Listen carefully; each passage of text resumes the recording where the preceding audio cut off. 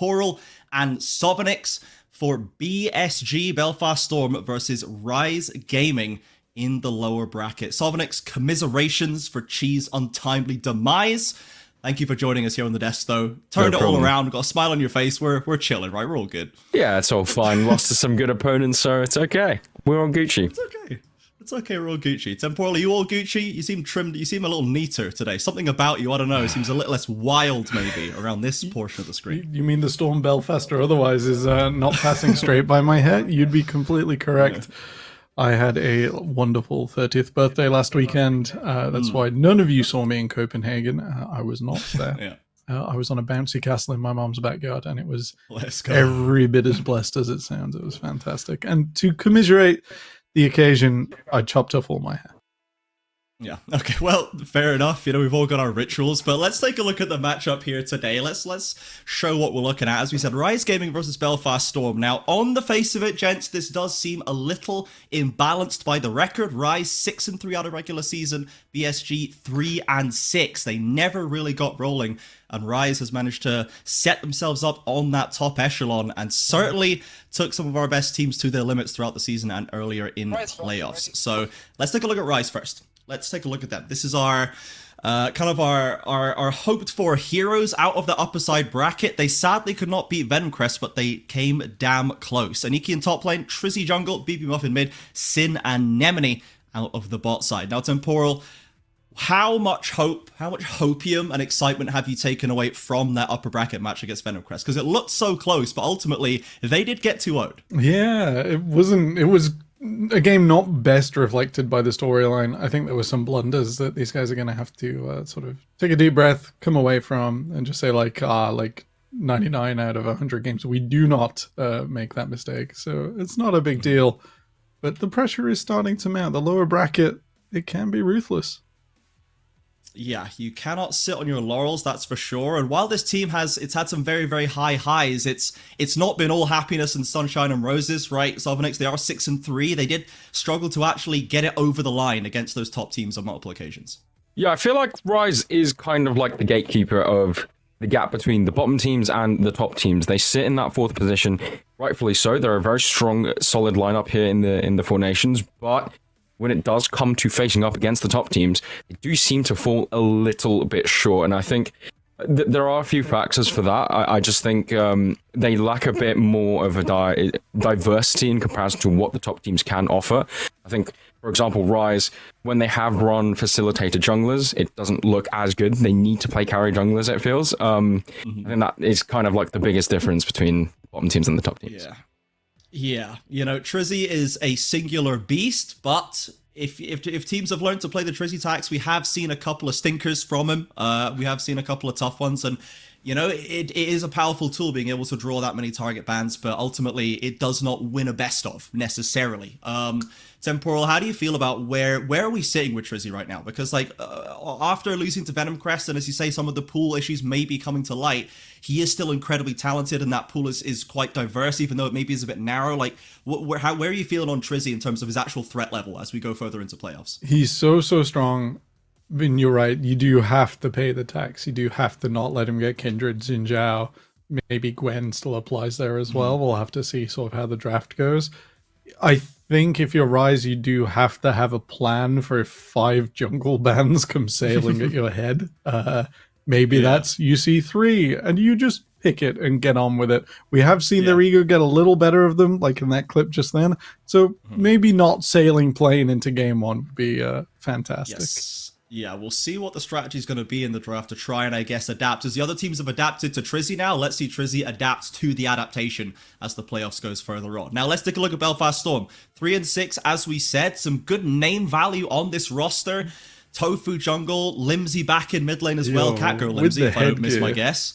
Fuyu and Jamsu in bot lane, and then Shadow, a very impressive rookie coming in this top lane. We've been singing his praises quite a lot so far this split, but it's just never really quite come together. They have survived that first round of the lower bracket in playoffs, and I guess let's kind of speaking to that, we'll hand it over to Sovenix to definitely not salt post about Belfast Storm, but what is your honest read on this team now?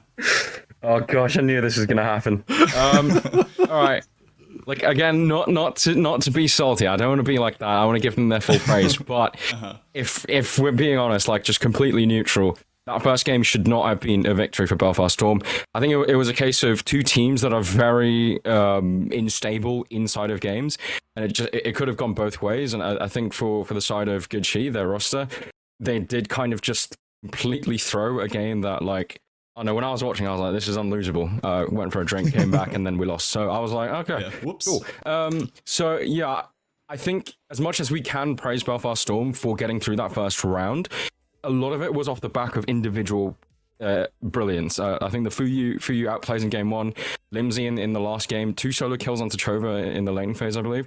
And it's like, against teams like RIZE where they have less flaws, gosh, I feel like I'm being so rude to my players, but less flaws than a team like Good Chi, then I think like playing like that just doesn't work. It's not as effective, and so I think RIZE just have a little bit more of a solid foundation than their previous opponents, so it's going to be very difficult for them.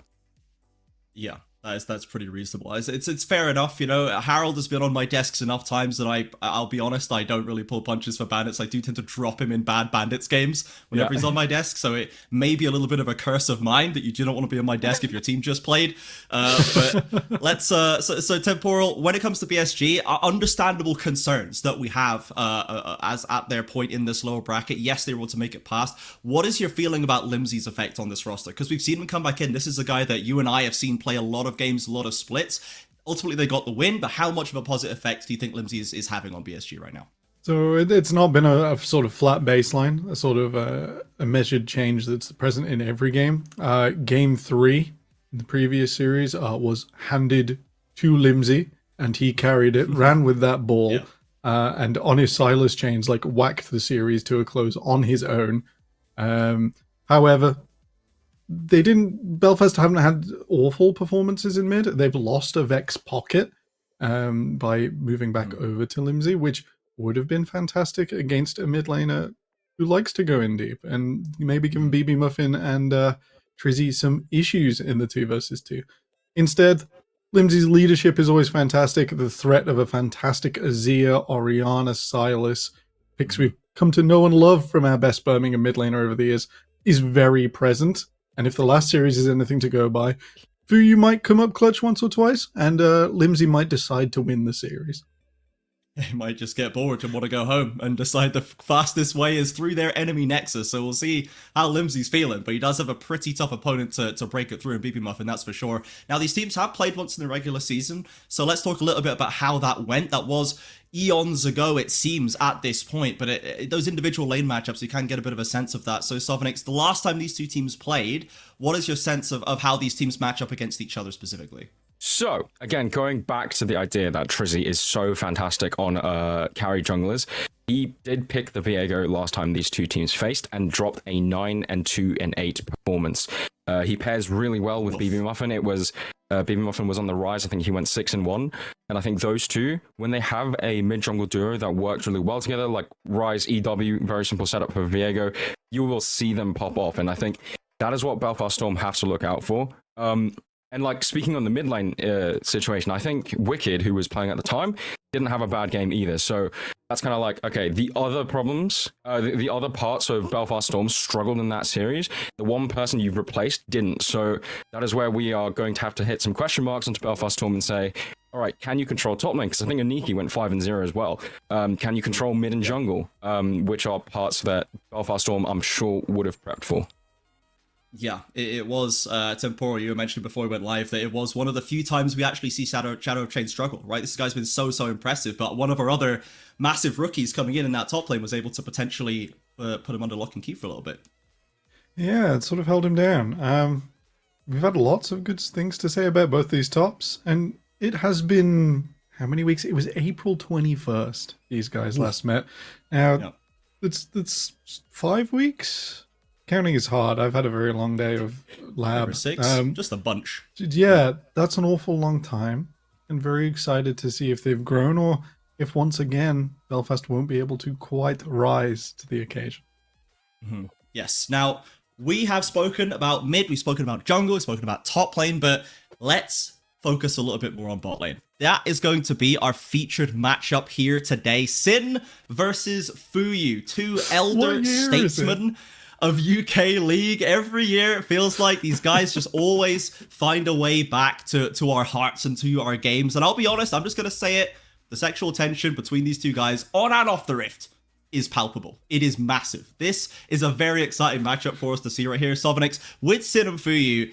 They both have very storied histories. There's kind of one title apiece, depending on how you judge the Sunshine Showdown versus the Autumn Split last year. They've been around for a long, long time, but they have not been stacking up championships. What is your gut feeling on a favorability from Sin and Fuyu? Oh, I mean, you could phrase this as the El Clasico, but since we're in the UK, this is like Millwall up against West Ham. It is a titanic matchup that not many people will be watching, but it's crazy for those who know. So, yes, I mean, these two players, they are historic. I think Fuyu has like that sort of aura of his name. You hear this name, you're like, oh gosh, is that Fuyu guy? And I think he is a bit more of a carry in his team than Sin is. I feel like because Sin is in a position where he plays alongside Trizzy, it is more of a let's chill in bot lane, despite him doing great against Venom Crush. So I think if any of these two players are going to shine better, I'm going to give my vote over to Fuyu, but they are both as good as each other. Again, it's just great to watch these two. I think longevity is such a great criteria for good players, and I think these two hit that very well. Absolutely do. Temporal, how are you feeling on Sin Fuyu? We have a tentative vote, a slight leaning for Fuyu for Sovnix right here, but where your loyalties lie when it comes to the two sides of UK bot? So I'll admit my bias for Fuyu as well, and it is biased because much like things that matter a little bit more in our lives and other things, this is about picking your favorite. Both of these AD carries are incredibly storied and are fantastic. If I had to critique them, it's actually the same for both. A little too much personality shines through sometimes, and sometimes you just gotta pick Varus. You know what I mean? You gotta pick Varus, and you gotta win. And you just gotta do it. Sometimes you gotta take the wins that are gifted, as long as the ones with the ones you earn, and not try and earn all of them. Yeah, absolutely. Certainly not lacking personality on either side of the Rift for both of these rosters, and the bot lane is no exception. Now, let's get started with the draft. Gents, we are straight in here with RIZE on the blue side, banning away the Rumble, and the answer is Belfast Storm with the Xin Zhao. Surely we shall see the Kindred to follow. We may even see the Gwen. We'll see how many of Trizzy's champs they are willing to burn at this first rotation. I'm interested to see whether Tofu receives any attention in the first phase. There we go. There he is. Immediate. It's not the Lilia, the Wukong. More engage. The big part of what Tofu has brought to Belfast. That tip of the spear energy that both of these junglers, and to be honest, the meta favors right now as well. Not a huge surprise. Yep. I don't think Tofu is one of those players where like from face value you're like, oh, we need to worry about him, but he's such a great facilitator, so if you can shut him down, it does weirdly enough affect the carry setup for Belfast Storm. So I like the target ban towards Tofu, and I wonder, I don't know if people remember, he was a bit of a fiddlesticks beast in a few tournaments ago, so I wonder if he's going to pull that out at some point. Yes, please. He does have a fiddler. He does have one in the tank waiting to go. I like the Ambessa ban towards Shadow. I was wondering if it would be a Jace ban or an Ambessa ban towards this guy. He's very, very strong on the dominant tops, though Aniki, of course, was able to handle him last time, and the Scion taken away, potentially to take away one of those neutralizing elements for Aniki, and we'll see what the first pick for RIZE is going to be. I did wonder, normally your target bans, or the most targeted, the least flexible in your setup, comes through on the second. So when the Gwen came through, I was like, we're not seeing Kindred today, and the misfortune for Sin. There's no way Sin is calling for this. There's no way Sin, of all people, is going, first pick the MF, I am going to have fun this game. This is, the team or the coach has gone, Sin, shush, sit down, here's your champ, just play it and win today. That's what they're looking for. Alright, you're looking at either a lane dominant pick to sort of go even, or something a little creative. Wouldn't mind the Varus coming through here. You want some engage, you want some lockdown at some stage, normally out of support for the misfortune to stop it, just getting that perfection. You could also just throw a Braum here, and it's going to be useful. Yeah, that Varus, of course, heavily used by both sides, and Fu going to take it, generally applicable. So we've gone through the first pick. We have not yet seen the Kindred for RIZE. We have seen the Kindred take at least one L, I believe, against Venom Crest, right? But it still looked good in that series. Not like it flopped in the game. It was a very tumultuous game and a tumultuous series. So we'll see if he still wants to go it in first rotation. If it gets left rotation too, if it gets banned out, we are in somewhat uncharted territory here. And we'll see how RIZE wants to, if they want to willingly walk into the potential trap that might be laid for them. Wow, great vocabulary. That I don't even know how to spell that word, but yeah, I think the Kindred it didn't get the win, but it was up against a really tough opponent. I think this time around, it's not to be disrespectful, right? But I think if you are going to pick a carry champion and get the most value out of it as for Trizzy, probably Belfast Storm is a team that you can do that against. I'm curious to see though, because now you need to set up this Kindred with a lot of CC around it. I think Silas is a good option. There are two good ults to take away for now. And I just still think RIZE are crying out for a bit of a front line here to stand in front of this Kindred. Yeah. Now, speaking of RIZE, we have had the Arcane Rune Master picked up for Limsey right there, Temporal. And Limsey, you know, we expect Mages, Orianas, Azirs. I don't know if we've seen the RIZE yet this split, but I'm not going to be surprised if he's got one. It's ancient technology, Trajan, but he has played it before. Back in the day, it was more Azir, Galio, and RIZE focused before, of course, the Syndra came along. Not surprised with the Braum ban. I think both teams should have been keeping that on their radar, and to prevent two mid bans shoring up BB Muffin here and making mid real hard, they've lent into the RIZE instead. Little bit of a disappointment that the Kindred has, from Belfast's perspective, that the Kindred looks really good here. You don't even have to run forwards. You play by the Misfortune. Any threats approaching her now have to approach a Kindred as well. So the DPS can start to get out of hand. You can ban those supports that are going to make Misfortune's life a little bit harder. So you won't be trading bullet time for depth charge anymore, and Belfast will have more limited options available. Hard focusing the support pool so far in this second round. The Braum removed, the Nautilus removed, Sovnik. So we're just going to see, I guess I was about to say we're going to see support bans all the way down, but we've banned a Malphite here. So Belfast is, I don't know if this is scrim technology or a bit of op.gg review, the Jace, the final ban for RIZE, but what are we thinking now, Sovnik, for BSG? They've got this first pick. It's not going to be Sona, so...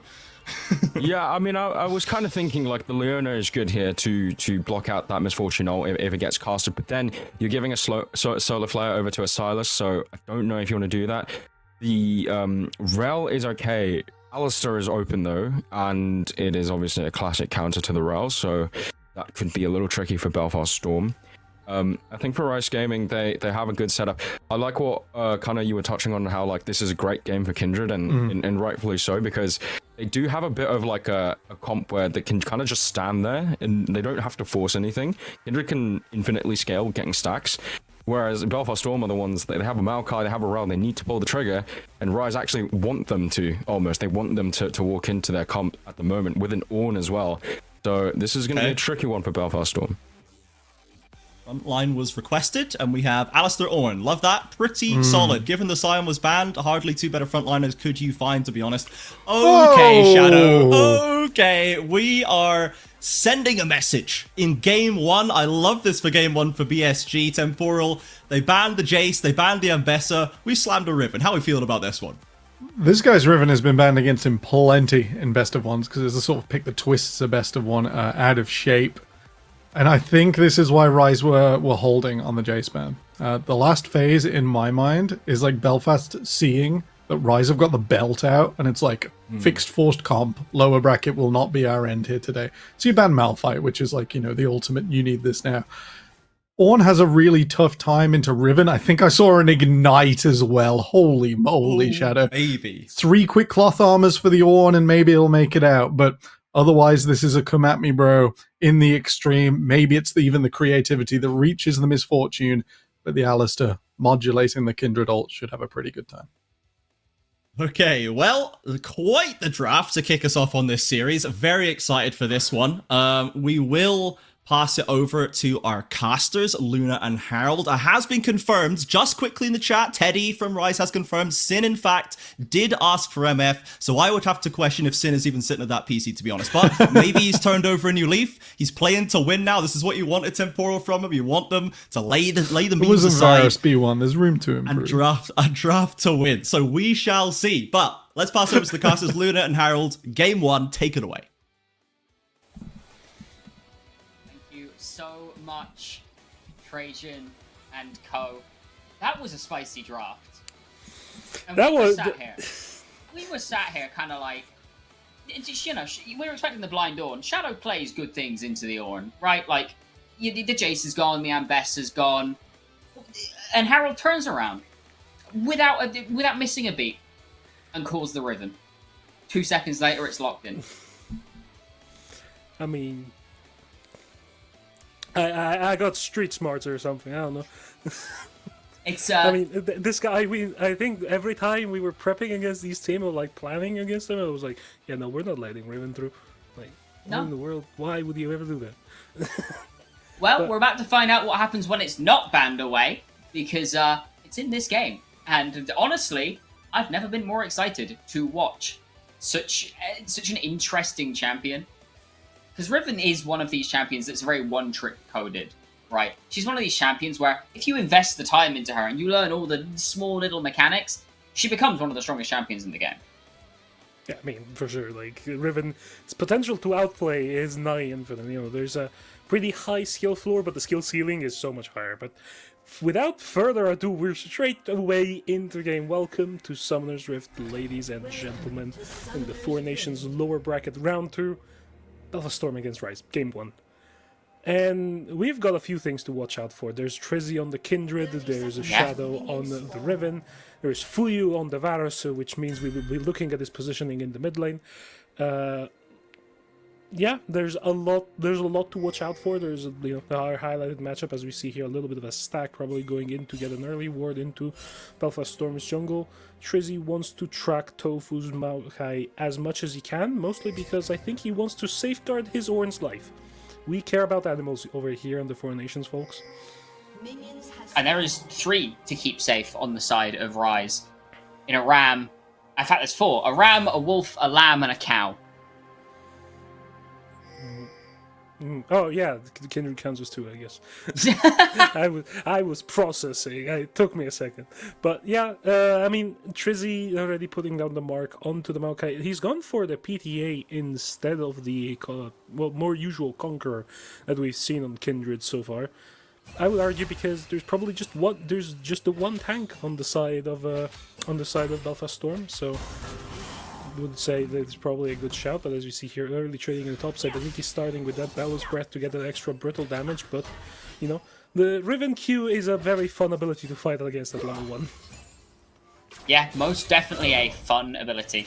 As Jamsu tries to go for the engage, gets headbutted back into Sin. So it's going to be quite a nice trade for the side of RIZE, trying to punish the overaggression of Jamsu. Of course, spot lane, it was mentioned in the pre-game.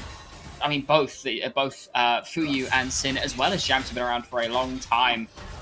So we see a bit of trading in the mid lane as Limsey actually going to get the better of BB Muffin off the back of the initial trade. This is kind of how you expect a Silas RIZE lane to go. Very brawl heavy. I mean, the RIZE does have the extra early movement speed thanks to the Overload passive with the use of the spells before using that Q, so then the Phase Rush, of course. He just gets to run you down once your cooldowns are out, so it's quite simple, really. But as you see here, a few early resets coming through for these laners that took some of these harsher trades early on. Mana Crystal in the inventory on addition with the Doran's Ring for Limsey, while BB Muffin hasn't based because all he's lost really is HP. He still has the mana to trade, he still has the mana to brawl a little bit before he has to reset, and I would argue... Oh... See Trizzy looking to come in here, Limsey playing in the wave, doing a beautiful job of making sure BB Muffin has to flash. Unfortunately, his life will be forfeit as Trizzy picks up the first blood. As you were saying, BB Muffin had the mana to play with, allowed that initial Kingslayer, which stopped Limsey being able to trade his life. And Trizzy being on the board this early is terrifying on something like the Kindred on towards the bot lane. see Nemini just getting a bit of chunk damage on towards Fuyu. Trizzy is going to meet Tofu in the river. I believe this scuttle is marked. That it is. A mark already secured for Trizzy. Yep. Early mark completely secured for Trizzy, already going towards, not the crossbow necessarily, but he's going back to farm his camps, because he did 4 camps and then he ganked mid lane. This isn't what I would say not standard Kindred behavior. Most Kindreds do want to farm up a little bit and get ahead of the early game tempo. You just take the 50-50 on the scuttle early on. And if you win, cool. If you don't, meh. But you get the chance here to punish an already TP burned Ryze in the mid lane. But you know, right now we're looking on the map as Trizzy is probably looking for an invade over to the Raptors. He wants to put Tofu behind the tempo of the game. And he's just going to take away this camp. He's forfeit his Krogs to just make this happen. But as the Ryze is moving, this could just be a collapse for the side of Belfast.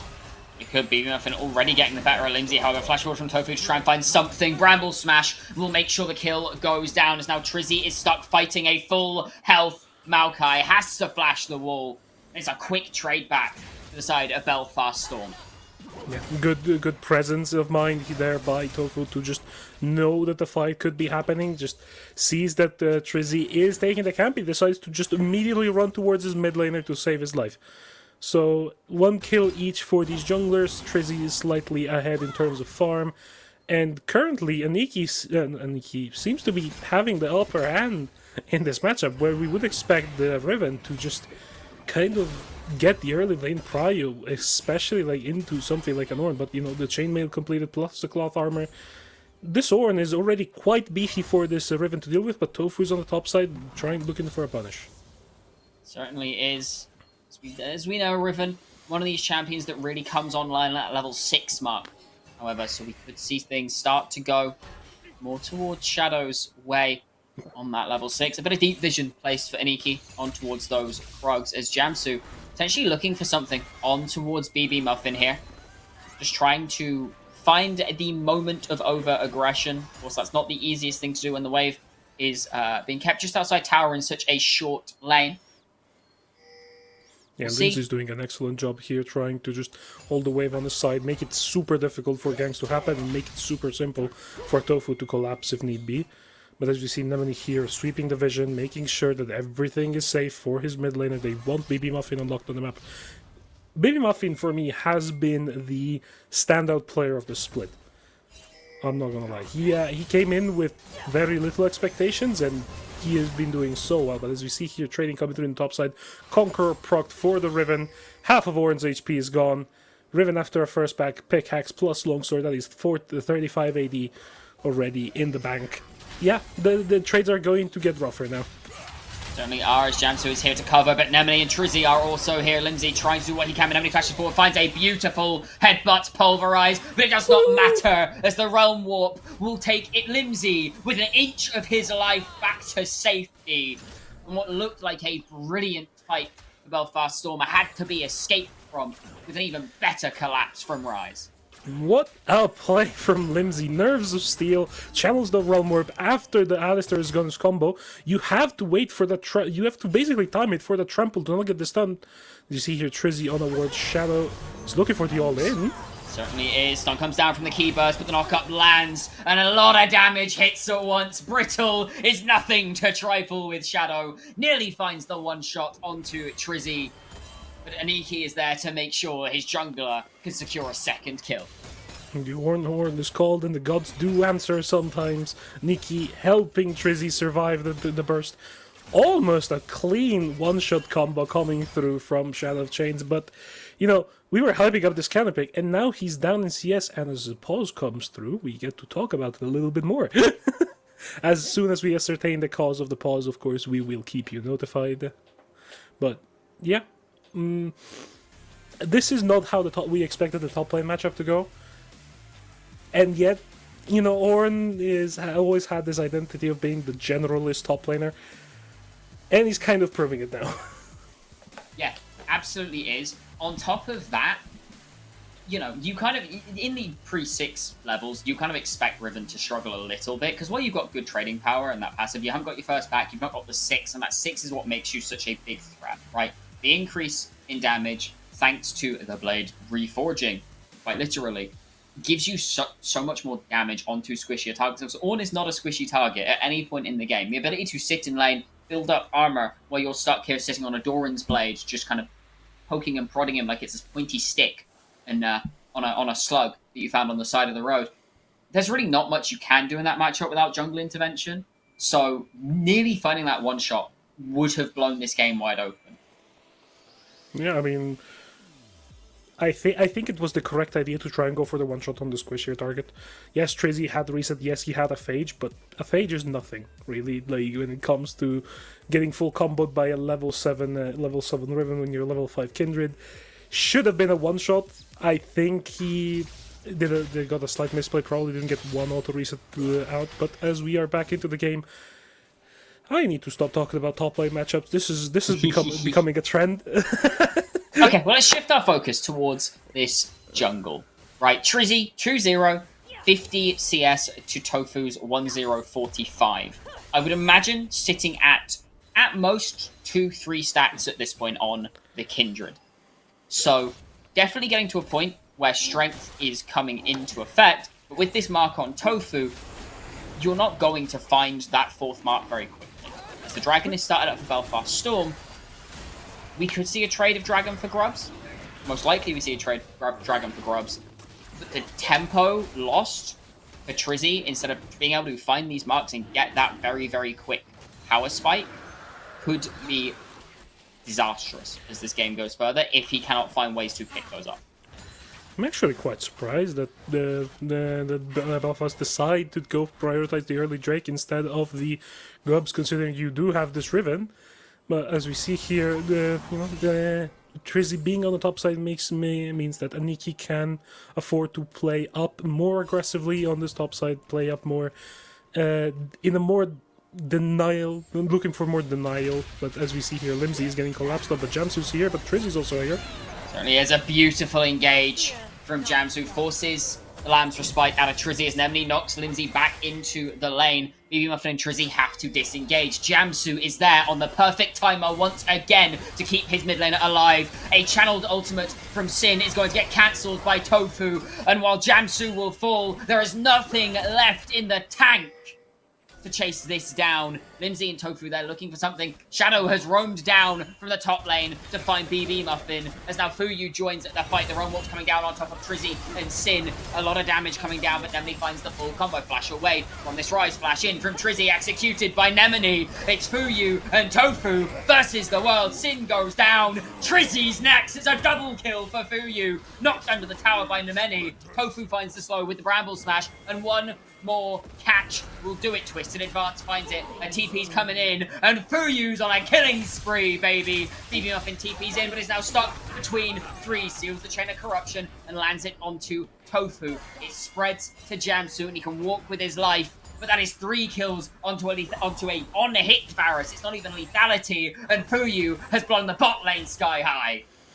Fuyu joins the fight late, but it doesn't matter, because if everybody's burnt everything to get out of the damage, what else is there to get away from the Varus? It's an on-hit Varus. Procs the lethal tempo, immediately starts chasing down targets, but I feel like Tofu did such an excellent job in that fight. Finding the roots, using the slows, just being such a nuisance that you're not focusing on damage dealers. You're just getting to free hit as this on-hit Varus, and you've completed now the Blade of the Ruined King. Yes, the MF is close to having the blade, Bloodthirster, but a full Blade of the Ruined King is no joke in terms of early damage. Especially with Varus, of course, synergizes so well with that. And we see a lane swap coming in between Shadow and Limsey here, sending that Rise up to the Ornn. Only has armor at present as Shadow's just looking to stop Sin from resetting here. Trying to play a little bit of the fool, trying to see if Sin's reactions are quite where they need to be. But this game has just been flipped on its head. 1,000 gold lead in favor of Belfast Storm. Fuyu, one of our highlighted players at the start of the day, standing in very good position to take this game on his back. See, the lanes go back to semi-normality now. Yeah, as you see from first items coming through for a lot of the each side. Well, a lot of each side. It's just 2 for each side. Real 3 for Belfast, 2 for RIZE. As we have the Sunfire completed for Aniki in the top lane, but it is matched by the full black cleaver completed by Shadow, which means now the threat that as we see here for bot lane engage. Jamsu finds a beautiful engage onto Sin. The pulverize is good, and Sin manages to explode through you. Stand and deliver. It does nothing for a Varus who's tanking a bullet time to the face. Wave after wave, your health bar disintegrates. And you may trade 1 for 1, but it's a kill on the support for a kill on the AD carry. Well, as we see here, another gank by Trizzy in the mid lane. There's not enough time to speak, but as Limsey gets out, as all the CC is used up immediately by the Silas to try and guarantee the setup for the Kindred coming in. Realm Warp gets Limsey out. And Limsey, another one of those players who has been... Well, he's a known quantity in the English scene, and UKL scene, I would say. But, you know, we had Wicked, all of the split looking shaky, I would say, at best. He had good games. He also had quite a few stinkers. Limsey comes into that lower bracket first game elimination match, but as you see, I have no time to speak. There's no fighting. Since she's dead, a beautiful catch and punish from Tofu and Fuyu. Took that one personally as Limsey is now caught by Nemeni in the jungle. Jamsu's here, but Limsey might not survive. Able to live for now as the sun lands onto both. In comes the Root Caller to catch out both, and it's a 4-man collapse onto 2, and Limsey escapes with his life. The heal from Jamsu saves Limsey's life, and Belfast Storm get another 2 kills in the bag. How is it that your most fed member is one of your tanks, though? 2-0 and 6 on the Maokai. Tofu, you know, being the game breaker as of right now. You know, it's guaranteeing these engages are followed up really, really well by Jamsu every single time. Fuyu's just able to stand and deliver. Like, he can just sit there, right-click, not be really worried about anything unless a bullet time comes down, but then something has gone terribly wrong in your CC chain if the MF is allowed to ult freely. But, yeah, excellent game really here by... I would say the mid-jungle of Belfast Storm. You know, Tofu and Limsey have been linking up really well in looking for these skirmishes and looking for these fights, but as the first turret goes down for RIZE, you start to wonder, when does this Belfast Storm actually outpace the RIZE comp? Slowly. The answer to that question, I would wager. You do want your MF should outscale the Varus at some point, especially if he starts going towards that crit build. But I'm looking at all of these options, and bit of a catch. Nothing happens. It's just a bit of trade for cooldowns over a ward in the Tri-Brush in the bot lane. But you have this RIZE that's already scaling up 0, 2, and 5. You know, not the prettiest stat line, but I would say he's been pretty well involved in this early fighting, using those Realm Warps to either make picks or get out of picks. I mean, if anything, he's been a pressure sponge, a very good pressure sponge at that. Also, apologies, ladies and gentlemen, I called Malco Root Caller, and it's in fact the... Nature's Grass. Nature's Grass, that's the one. My brain is functioning today, I promise. Root Caller is either in you. I apologize for misinformation, I will do my best to be better for you. That being said, Limsey has just been a pressure sponge. Taking so many ganks and getting out with only 2 deaths so far in this game is incredible so far, especially against something like Trizzy's Kindred, which has now attained its 4th stack. Yeah, I mean, Kindred gets that breakpoint on the 4 stacks, goes from 500 to 575 range, and of course every stack individually bumps up every single one of every single one of their basic abilities. And now it's a question of whether this Kindred can get to a point where she will outpace the Maokai, because this Maokai is very well accelerated already. And, you know, when tank gets accelerated, it's kind of just really annoying to deal with. Yeah, kind of just becomes this just gigantic damage sponge that you can't really do anything against because when did top he tower out-damages you. They forced it down when the Shadow was roaming down towards mid lane, and Nikki and Trizzy rotated up top lane and just took the tower to guarantee themselves first tower. That also gives them feats, which I hadn't caught until now. They completed the feats because of the early skirmishing that did go their way, but I would say the game in and of itself is not necessarily going RIZE's way. They are 1 to 1.5k down on Belfast Storm's composition, and now they're getting contested on these objectives. Is, and he has to try and flash away. Is caught by Jamsu, and a CC chain to no end lands. The Shadow picks that one up with that ultimate, and this Herald will now just be handed across to the side of Belfast Storm. A very, very good call coming through from the lads to allow themselves the ability to contest this objective. The 4-man rotate into the Nature's Grasp, as now we see a collapse coming down onto Fuyu towards the bottom side.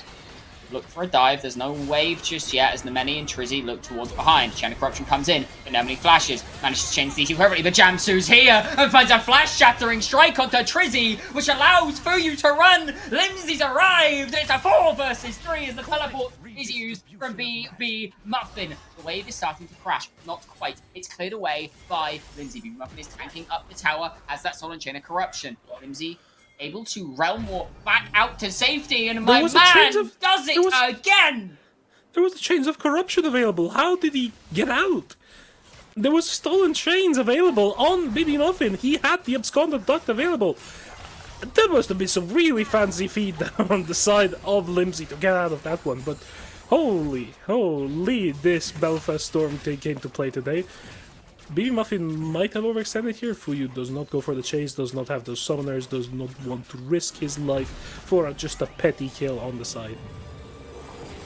Belfast Storm playing that to perfection to allow themselves the chance to not drop anything there. Right, like, TPs were blown for BB Muffin and Limsey, but that's significantly worse for RIZE, who are currently behind. Yeah, I mean, it's really just about the fact that Belfast Storm are able to find these punishes on the overextensions of RIZE. This is a RIZE that we saw last week that honestly should have taken a game off of Venom Quest.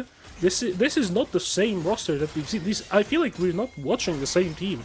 There was that team was decisive. They always brought the overwhelming numbers. They had the positioning. They had some excellent team fighting to protect their AD carry. Their AD carry had agency picks. This is an MF, but as we see here, they engage in the mid lane. Using Pull of the Push God, but down comes an Nature's Grasp as well. It's a good dissuade. Unbreakable will already pops. The Herald charges into the mid lane tower. It will be a trade of tower for the ultimates for now. See, RIZE are trying to keep Belfast Storm out of this river. The dragon is up and available, but Tofu finds a catch onto Trizzy. In goes Jamsu. BB Muffin into the backline and not able to find anybody. Lamb's Spike already used it. Shadows in the backline. Finds a kill onto Trizzy. Down goes Nemeni, and down goes BB Muffin. Sin, the only man left standing, being ran down by a tree towards home. Face knocked back, rooted up, and death shall cometh, Sin. As Limsey takes that kill, will fall to the tower. It's a 5-for-1. The dragon's available. And Belfast Storm, they heard you talk about team fighting, Harold, and they raised you one. They raised you a clean one. Again, RIZE so hair triggered. They pull everything trying to find the engage, but Belfast have disengage. They have the Maokai. They have the Chains of Corruption. They do not need to commit to disengage. And as we see then, the re-engage comes through. The flash grasping roots coming through from the Maokai. Tofu, another excellent engage, finds another window, gets on top of Trizzy, and as the peel starts to come through and BB Muffin starts diving the backline, it's Jamsu creating enough space for Fuyu and Limsey to clean up the fight, and Shadow did so much damage. Shadow was absorbing so much pressure in the middle of that fight. There's so many little things that happen, and they went so well for the side of Belfast Storm. This is an excellent team fight. This is something we have not seen them do all of regular season. This is... What is Limsey doing to this team? I couldn't tell you, but he's definitely leveled them up, it would seem. They've given it over. Control of the dragon again, but Jamsu finds a good shattering strike. Shadows going in, and broken wings will fly once again. Muffin found onto Limsey for now as the chain of corruption stolen away and used. But Bryce's health bars are just melting as Fuyu finds the first, finds the second, Shadow picks up the third, and a fight in the entrance. There's nothing left for RIZE. There's nothing left for them to find. Shadow is just going to run Trizzy back to base, and there's not enough damage. It's wallet diff at this point. 8,000 gold in the lead. Belfast Storm are running this game, and you've heard that you should stay to the Eye of the Storm, but the Eye of the Storm is the most dangerous place when it comes from Belfast. Yeah, I mean, there's just Belfast Storm's team fighting, especially like we just saw 2 examples back to back. It has been excellent in terms of protecting and making space for your carries. Now, you do have a melee carry. The melee carry has been the key in all of these fights. It's Shadow of Chains and Tofu finding enough space fighting the backline that there's no threat coming through on Fuyu and Limsey, and they're just allowed to play for free. As we see, Limsey. Trizzy playing a dangerous game. He hops over the wall, says hello, has to leave. You're not welcome. Yeah. Trizzy went down to Birmingham, saw Limsey, and then went away immediately. On that note, 8,000 gold lead for Belfast Storm, as previously mentioned. All outer towers and that mid lane inner down, versus just the top lane outer the side of RIZE. 3 strong carries, all of which you are going to struggle to deal with. What is RIZE's avenue back here? You kind of have to start overloading sides at this point. You have the Kindred, you have the Silas, you have the Alistair. You have the potential to use this 3-man group to just look to pay for picks on the side. But the Silas, BB Muffin, I was praising him earlier.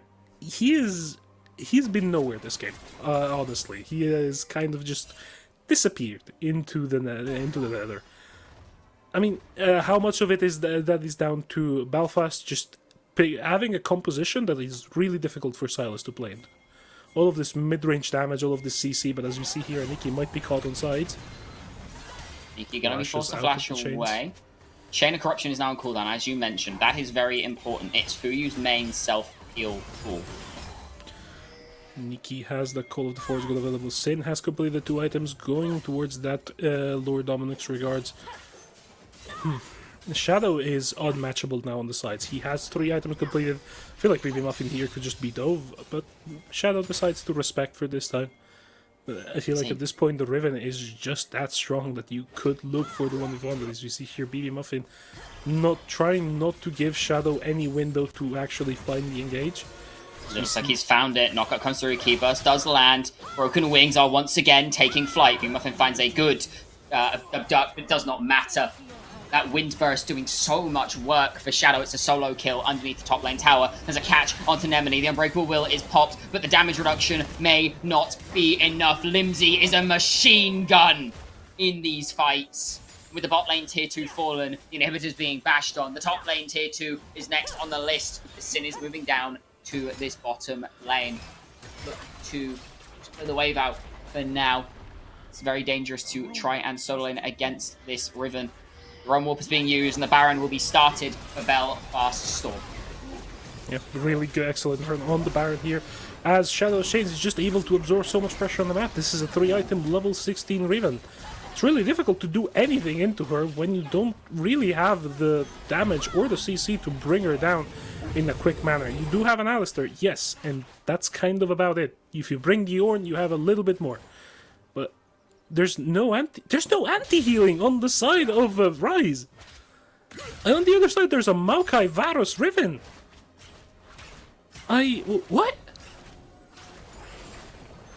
What? Yeah. What are we doing, lads?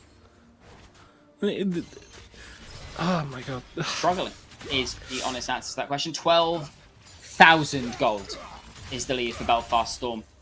Now, as their Soul Dragon is spawning, this could be the final nail in the coffin. Nemone going to try to get some vision down, will get the ward in successfully. But their jungle is not their own anymore. They hold no control over the map. I believe that one ward that Nemone just placed is the only ward they have on the map. I mean, you're going to start walking into your jungle. There's no graves, but you're going to start running into farmers and farmers' mothers with shotguns at this point. There's not really a window for you to make space in your own jungle. As this Drake comes up, it is going to be Soul for Belfast Storm, and it's an Ocean Soul. At this point, I'm looking all together at the map state, and it's kind of a disaster. I think at this point, you're just thinking, okay, what is our next move? Because you don't really outscale this comp on the side of RIZE. Like, this Belfast Storm composition has gotten to its breakpoints, yes, but it's not like they fall off a cliff right now. They very much are coasting on terms of power. You have windows to scale. Yes, you have the Ornn that can give you extra power. It's not, in my opinion, it's not enough. You're losing, especially, too much XP by having to drop all of these waves by Belfast just being able to control sides and make sure that the key carries are not getting the experience that they need to make sure that they have a fighting chance with this. You see here another skirmish broke out in the jungle, but really nothing's just dead. As is Nemone, next to go down for you, finds a double. Lindsay finds Trizzy. Shadow finds Sin, and Aniki is in a 1 versus 5, and there's nothing left for the God of the Forge. It's a triple kill for Fuyu, and Belfast Storm at a 15,000 gold lead. A clean ace. 28 minutes into the game will find Game 1 over RIZE Gaming and bring them one step closer to going home early. Wow, wow, wow. Belfast Storm coming out swinging in this Game 1 this evening. Excellent performance. Not really much else to say. Limsy came in, has the super sub for playoffs, continuing on his run of form, honestly. He has been excellent for the 3 games we have seen him so far. This has been really good for Belfast, but on the other side of the coin, RIZE, where we saw you last week almost taking down Venomcrest. What's happened? I'm not sure. They have fallen and they cannot get up. They tried their best. They really did. They had everything in the tank, and it just wasn't quite enough. But it was only the first game of this best of 3. There is a couple more to come. We're going to go to a very quick break. When we come back, Trajan, Temporal, and Savonix will have that game ready to break down for you and set us up for expectations for game number 2 and see if RIZE can even the score. Don't go anywhere. We'll be back shortly.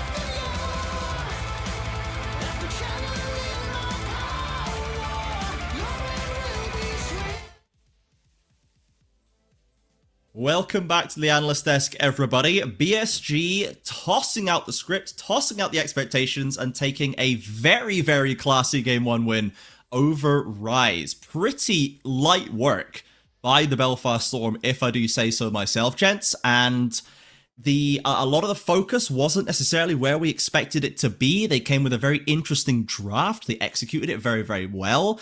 And Temporal, they seemed very ready to kind of, they expected what RIZE was going to do, and were able to answer very, very cleanly. Yeah, we saw Trizzy like starting off the game on paper pretty well. Delayed clear, gets the mark on the crab, gets Limsy, gets the first blood out. That's the acceleration. That's RIZE Gaming on flavor. And it didn't come to pass. They did not manage to break through, and Belfast Storm, with a quick counterplay, held on quite well. The Realm Warps away, killing Limsy was just impossible. So straightforward. Yeah, Sovnix, talk to us a little bit more about Limsy's rise in this game, because it was on screen a lot early on, you know, wasting a lot of time, but still doing a lot of damage later. We saw good use of the ults as well. Like, tell us about how this rise was used by BSG in this game. So this is naturally a very good matchup for the RIZE into the Silas, where it doesn't get easy as if the Kindred is camping you. And I mean, he used that Realm Warp perfectly. I will say I'm a little bit critical of BB Muffin, because the way you want to do this is you want to hold your E until that Realm Warp is channeled, then cancel the ultimate as he's going out. But because he was a little bit too preemptive on that, Limsy just waited for that piece of CT to go down. Kindred and Silas, once that is out, no more CC left available. He can just hold his cool, pop the Realm Warp, and get himself out of there. And he wasted so much time. We praised the mid jungle of RIZE, but they weren't able to do anything, and it was one man who stopped all of that.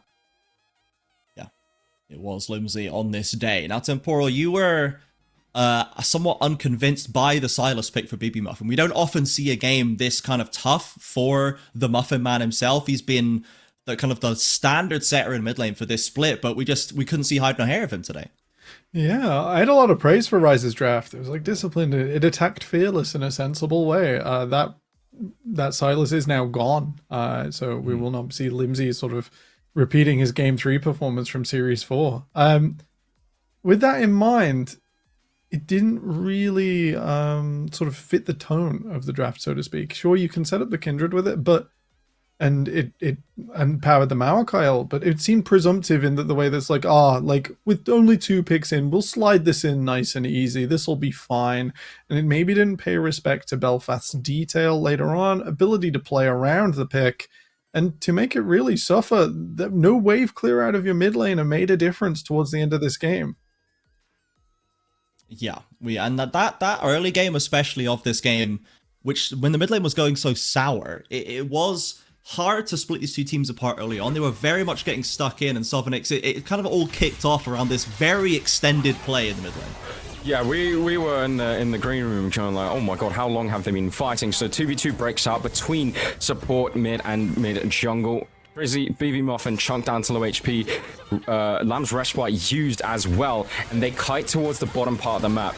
Then in a weird position, but did manage to claim first kill of this fight. That's the first casualty of this one, as you can see. Fighting doesn't stop for a while. They're going to keep chasing them out, and it was such an extended play. And in a team composition that they have, you don't want to waste so much time fighting, and especially beautiful realm warp here by Limsey. You can see gets himself in a scary position, forces summoners out of his opponents, does go down, but the rest of Belfast Storm were able to just collapse, and Fuyu was able to just unload lethal tempo stacked, blight stacks onto everyone, and he just reset abilities and did so much damage.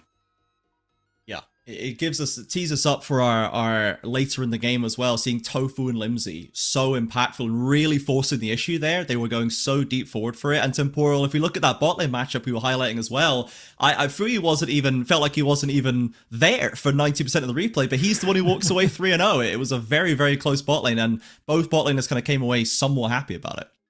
Yeah, Limsey going down, a bit of a shame. The repeated extensions there, definitely feeding in to a little bit of chaos. We're looking across him, a bit of a decent engage. We were keeping our eyes on Tofu, a bit of a stalemate. Everyone's had their engage, some cooldowns have been blown, falling away. RIZE trying to form a bit of a crescent here so they can fight back, but Tofu picks straight through the beautiful flash, straight into the back. Your Lamb's Respite is now desynced from your bullet time, not able to push it over the top. And Sin doesn't feel comfortable. There's too much CC and too much approach. Belfast pick it up nice and easy, one person at a time. And Tofu just carries on and does it again. Sin doesn't survive this.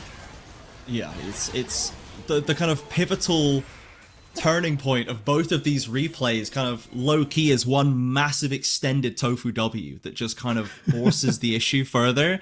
And we didn't mention that much, right? We talked a little bit about Sovnix. You mentioned the Fiddlesticks potentially could come out, and this is a guy who has won titles in the Four Nations before, but had a bit of a slow start to the series. But we didn't really mention him pre-game, and he demanded our attention in-game with some of these plays. He was very, very pivotal to BSG's first win right here, and it's someone that we'll have to be watching a little bit more closely. Now, someone we did also enjoy watching quite closely, Sovnix, was Shadow on the Riven. We love the pick and draft, and we love seeing plays like this. Yeah, it was a surprise, but I mean, if you open this guy's solo queue account, like, it definitely checks out why he was able to make such good Riven plays. I mean, this is BB Muffin, this is one of our best players in this season, just put in the dumpster by Shadow of Chains' Riven, and, yeah. Well, I think usually one trick, when they get them once, they won't get them again because of games like that, and so I expect him to never touch that champion ever again this split. Yeah, that will, as you said, I think Temporal in the green room, that will be the last highlight we ever see of Shadow's Riven. Not through any fault. That has earned Belfast the ban every single series for the rest of the split, however far they go. Now, I have to be that guy. I have to be the guy who brings up Lars Fiora again, okay? I'm going to keep doing it, but we don't have the best history of this in the Four Nations. We're not very good at banning OTPs, I will say. Trizzy's gotten Kindred far too many times, to be honest. We have seemed to have found an answer to it at this point, but doesn't look like Aniki had the answer to Shadow's Riven. So we shall see if we see that popping up again in the playoffs. Now, BSG will have to advance for that to happen. We are in Fearless, right? So we're not going to see that Riven again today. And as we look forward into this next match, Temporal, my question is, can BSG recreate this success without these champions? Do you think they have the depth to continue to put together such a strong early game that, a lot of it seemed to be dealing with aggression, and the RIZE was great for that. Can they keep doing this with those picks off the table? I think you got a delicate choice as Belfast Storm. To do so, you're probably cracking out another Limsey banger. We're looking at Oriana Azir. That feeds into a different style of gameplay. We want bigger team fights, and while they were the result that pushed the game over the edge there, it's not the full story. We had lots of little moments with Alistair and Maokai being able to snipe and set each other up for their teams, rather. And with that in mind, you might have to play it a little bit cleaner. Do you allow Trizzy onto another carry? Do you just release the Gwen or the Xin Zhao into the wild knowing it'll be snapped up? Or do you force Rise to go sort of back to the whip, pick Sejuani or something similar, say like, hey buddy, it's the lower bracket. If we don't do this right now, we're in trouble. Because I think you invite the chaos. I think you prey on whatever confidence Rise was missing in this game one that led them into a sort of skewed path, and you keep going, because I think that's the better answer.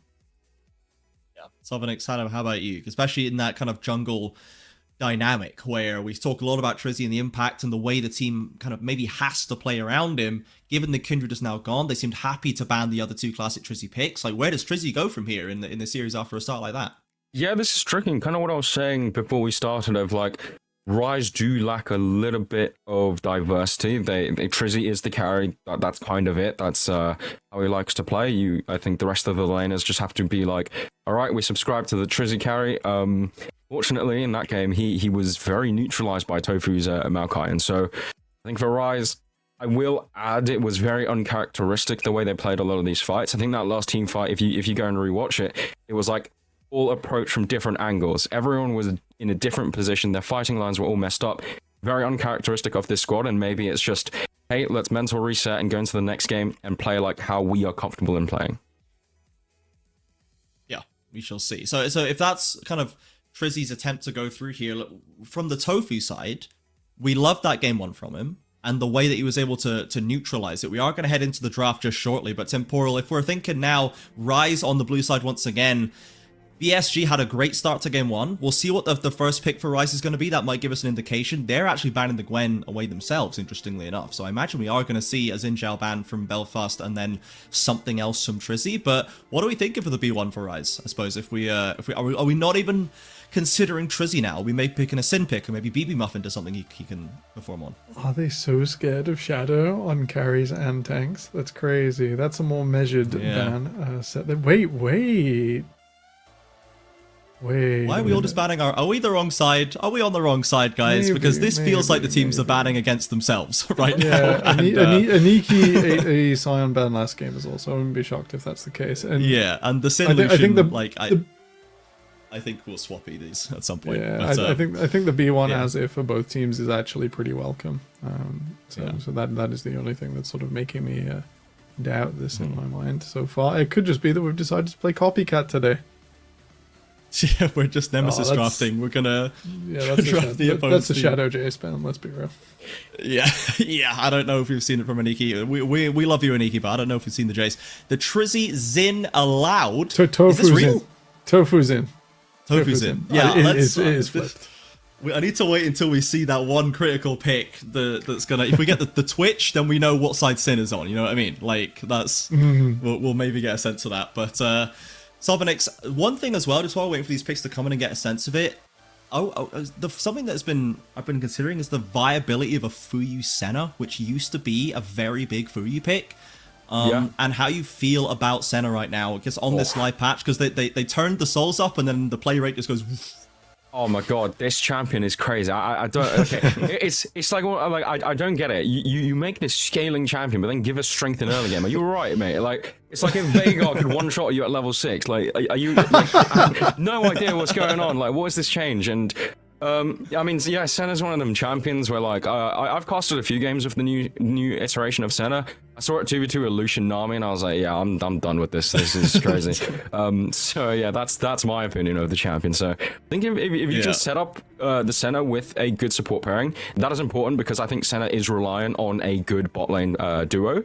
Then I think you can pretty much pick it whenever you want to. So yeah, that's my opinion. Senna's busting. I think from what I've watched of LCK and LPL, I don't know if you agree with this, it's also let go of a lot of its healing capacity.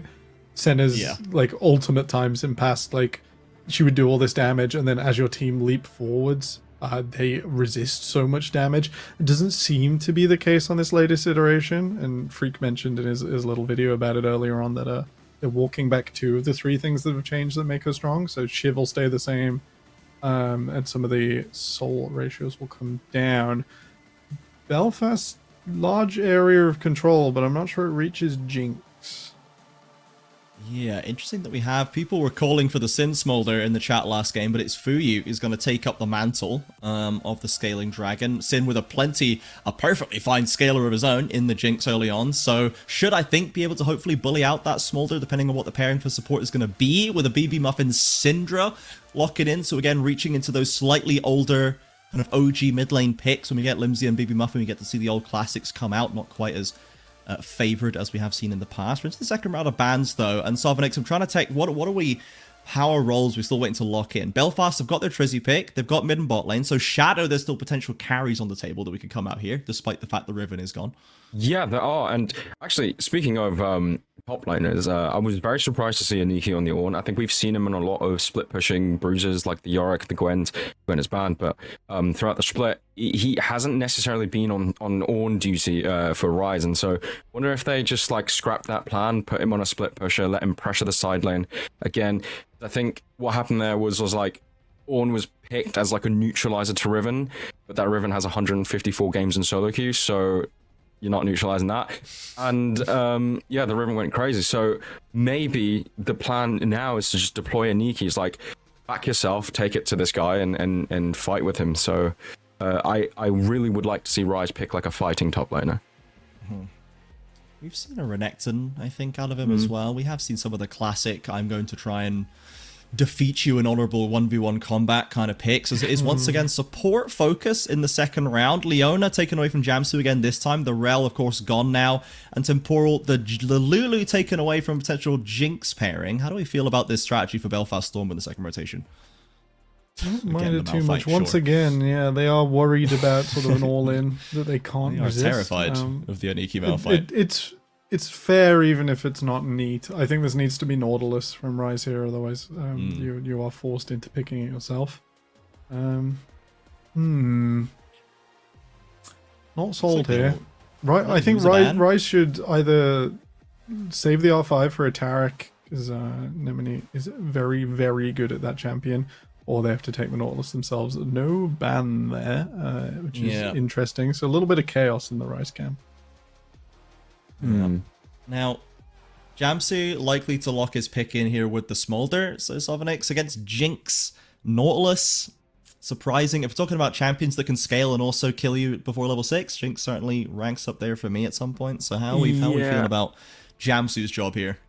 Yeah, I think Temporal was like hit it perfectly. There's some chaos in the RIZE camp, because you pick Jinx into Smolder, and like what Jinx hates is a champion that scales better than you.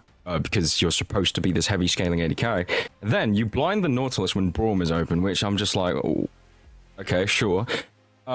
We do see the Renekton not on the side that we imagine, and I guess they are going to get a winning matchup for top lane, but like, I'm kind of looking at like, okay, they want to play for mid because Syndra is a good matchup into Taliyah, but then bot lane, you need to punish the Smolder, otherwise he's going to scale for free, so it's a lot on Trizzy, and he can't just do that like full clear kind of jungling.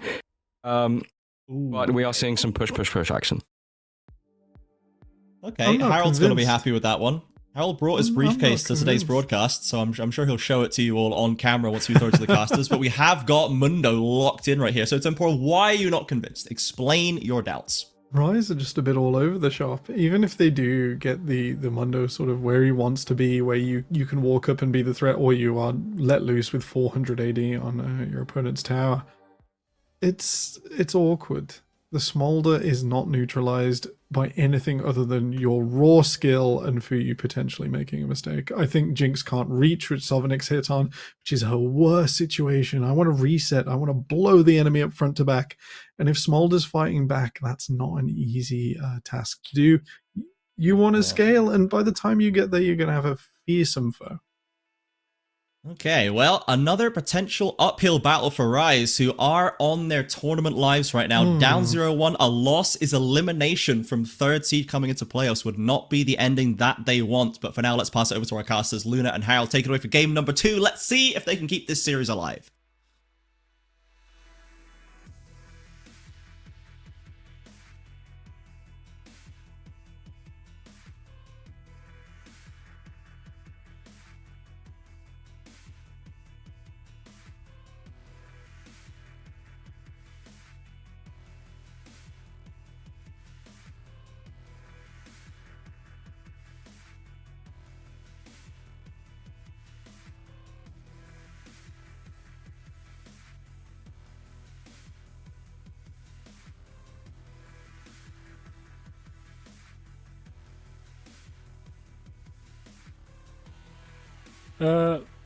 Can hear? Yes, no?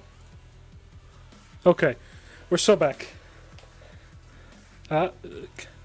Cannot hear. Yeah, one sec. Just yeah. I think we do have to push. It's pretty clear that we have to push. Yeah, I'll have a headache, but we have to push. We have to headbutt towers. There's not much else to do. We have to push. Yeah. Yeah, I feel if I see me in any team fight before like 15, like the 15,000 health, I won't be happy. But yeah, the expectations are high going into the second game. Welcome back. Welcome back. Thieved away from me as I was making a point about Mundo. If he ever is in a team fight, I will be thoroughly disappointed before he has the one-shot combo. But yeah. I am so happy that happened. I am so happy that happened. We're gonna see the double take, but it's fine. It happens. Anyway, game 2. These drafts are certainly something that happened on our screen. On the side of Belfast, it's pretty standard, but on the side of RIZE, there's a lot of sideline play potential. The Pantheon locked in. So as we head on into number 2, Belfast Storm 1-0 up, ready and waiting to send RIZE home. We will see if they can in fact do so. There's the standard stack against the Nautilus. 30 seconds until minions spawn. I'm trying to catch him off guard, but why would you stack against the Nautilus? You have the Brom. Just walk at them. I'm not sure. I'm not sure I agree with this play, but you're also giving up like presence on the map. But I guess there's no late invade coming. There's just 5-pointing coming through from the side of RIZE. Not really threat coming through in terms of vision, but yeah, this is a tough game. I feel like for the side of RIZE. Unless they can buy enough time to get the late... And it's the skin! It is actually Business Mundo! Harold's gonna have a field day. You're not ready.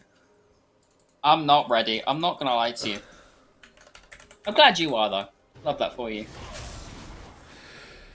Yeah, as you see, Clear's getting started on opposite sides of my map. Of course, Tofu does want to get his Renekton ahead. Renekton has the winning early game into the Mundo, because Mundo, really weak early game champion. This champion should not be doing anything until he has at least 2 items. So you're just trying to... You're basically, at this point, just trying to make sure that your Renekton can get to that mid-game point when he has that level 11.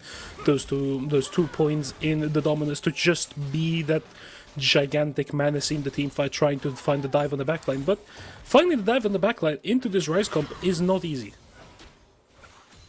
There's a lot of tools. Oh, definitely not easy. Is Jamsu going to take a good bit of damage in the early levels of this lane, pushed off of the wave for that level 2. Give Sin and Nemani a little bit of room to breathe. There's BB Muffin losing out on the trays in the mid lane, but Trizzy once again 3 camps deep, looking for the mid lane, flash forwards into the scatter Flash away from Limsey as Tofu goes in. BB Muffin has to flash as well. Trizzy finds the first blood onto Limsey. Stuck forward a little bit too far. Tofu now just going to fist fight this Pantheon. Not going to be able to find more damage. And it is first blood across the Trizzy again for the second game in a row. Yeah, this time on the Pantheon, one of those champions that is spiking earlier and harder than the Kindred. I wonder if he's going to make good use of it this time. Because you do need to hold up your team until your 3 late game carries can get to the point that they are actually carries. As you see here, Tofu on the top side. Ramirez finds the way onto Aniki. Good healing as Limsey finds the solo kill onto BB Muffin in the mid lane as well. 2 very swift kills for the side of Belfast Storm. They are not giving an inch. And as soon as we start saying, okay, things are going the exact same way as same game, exactly as the last game, Belfast Storm punch back immediately. Tofu has skipped the 2 camps to just be a menace around the map. BB Muffin has burnt both of his summoners, trying to hold a wave. Tofu is there to just try and find the poke with that wind becomes lightning. Won't be much else to look for in the mid lane, but already Limsey kind of stamping down his authority on BB Muffin. We saw last game on the RIZE just being able to absorb so much pressure. This game, he finds the solo kill. This guy is ramping up in confidence game by game. Most certainly is, slowly but surely, just getting more and more confident. Trizzy looking for an invade on towards this bot side, but there's nothing up to be found. Will just be the attainment of vision and a very quick reset, unless Limsey could be in danger. It's just going to be Trizzy taking that reset for now. But Belfast Storm able to find not only a solo kill in the mid lane, but that gank onto Aniki in the top lane, forcing this Mundo further behind, is incredible. Yep. I mean, the solo kill is really what is setting like this mid lane, this tempo right now. You know, the Limsey just being able to have that much more wave clears right now, especially thanks to that tier, just having the extra mana, being able to take these, to just use that threaded volley to just get the pressure in the mid lane. But in the meantime, in this bot lane, yes, Sin and Nemini are finding the push, but Fuyu is pretty much even in terms of farm. This is very much a good position for the Belfast Storm bot lane, especially considering that now this... Oh! Shadow flashing forwards onto Niki, a lot of damage coming down, doesn't quite find the damage. We'll have that slice and dice up very shortly, but Trizzy's in the area, is going to get spotted out as Shadow walks into the bush. And a good save onto Aniki, forcing the flash out of Shadow. Yeah, corporate bailout comes out. Mr. Mundo manages to walk out safe. You know, sometimes you have to protect the interest of the Rift businesses. But yeah, the tempo of the game is kind of askew right now. But as you see here, there's probably been a bit of a tough trading in the bot side, probably at the hands of the Seneschal of Demacia, in the hands of Tofu. But this is very already getting out of control for the side of RIZE, mostly because Belfast are able to set the tempo of the map on their end. They're getting basically no contest in terms of map presence, and it's just it's throwing the plans on the side of RIZE kind of to the wind. As we see here, a contest will come through, but there's already the numbers for Belfast.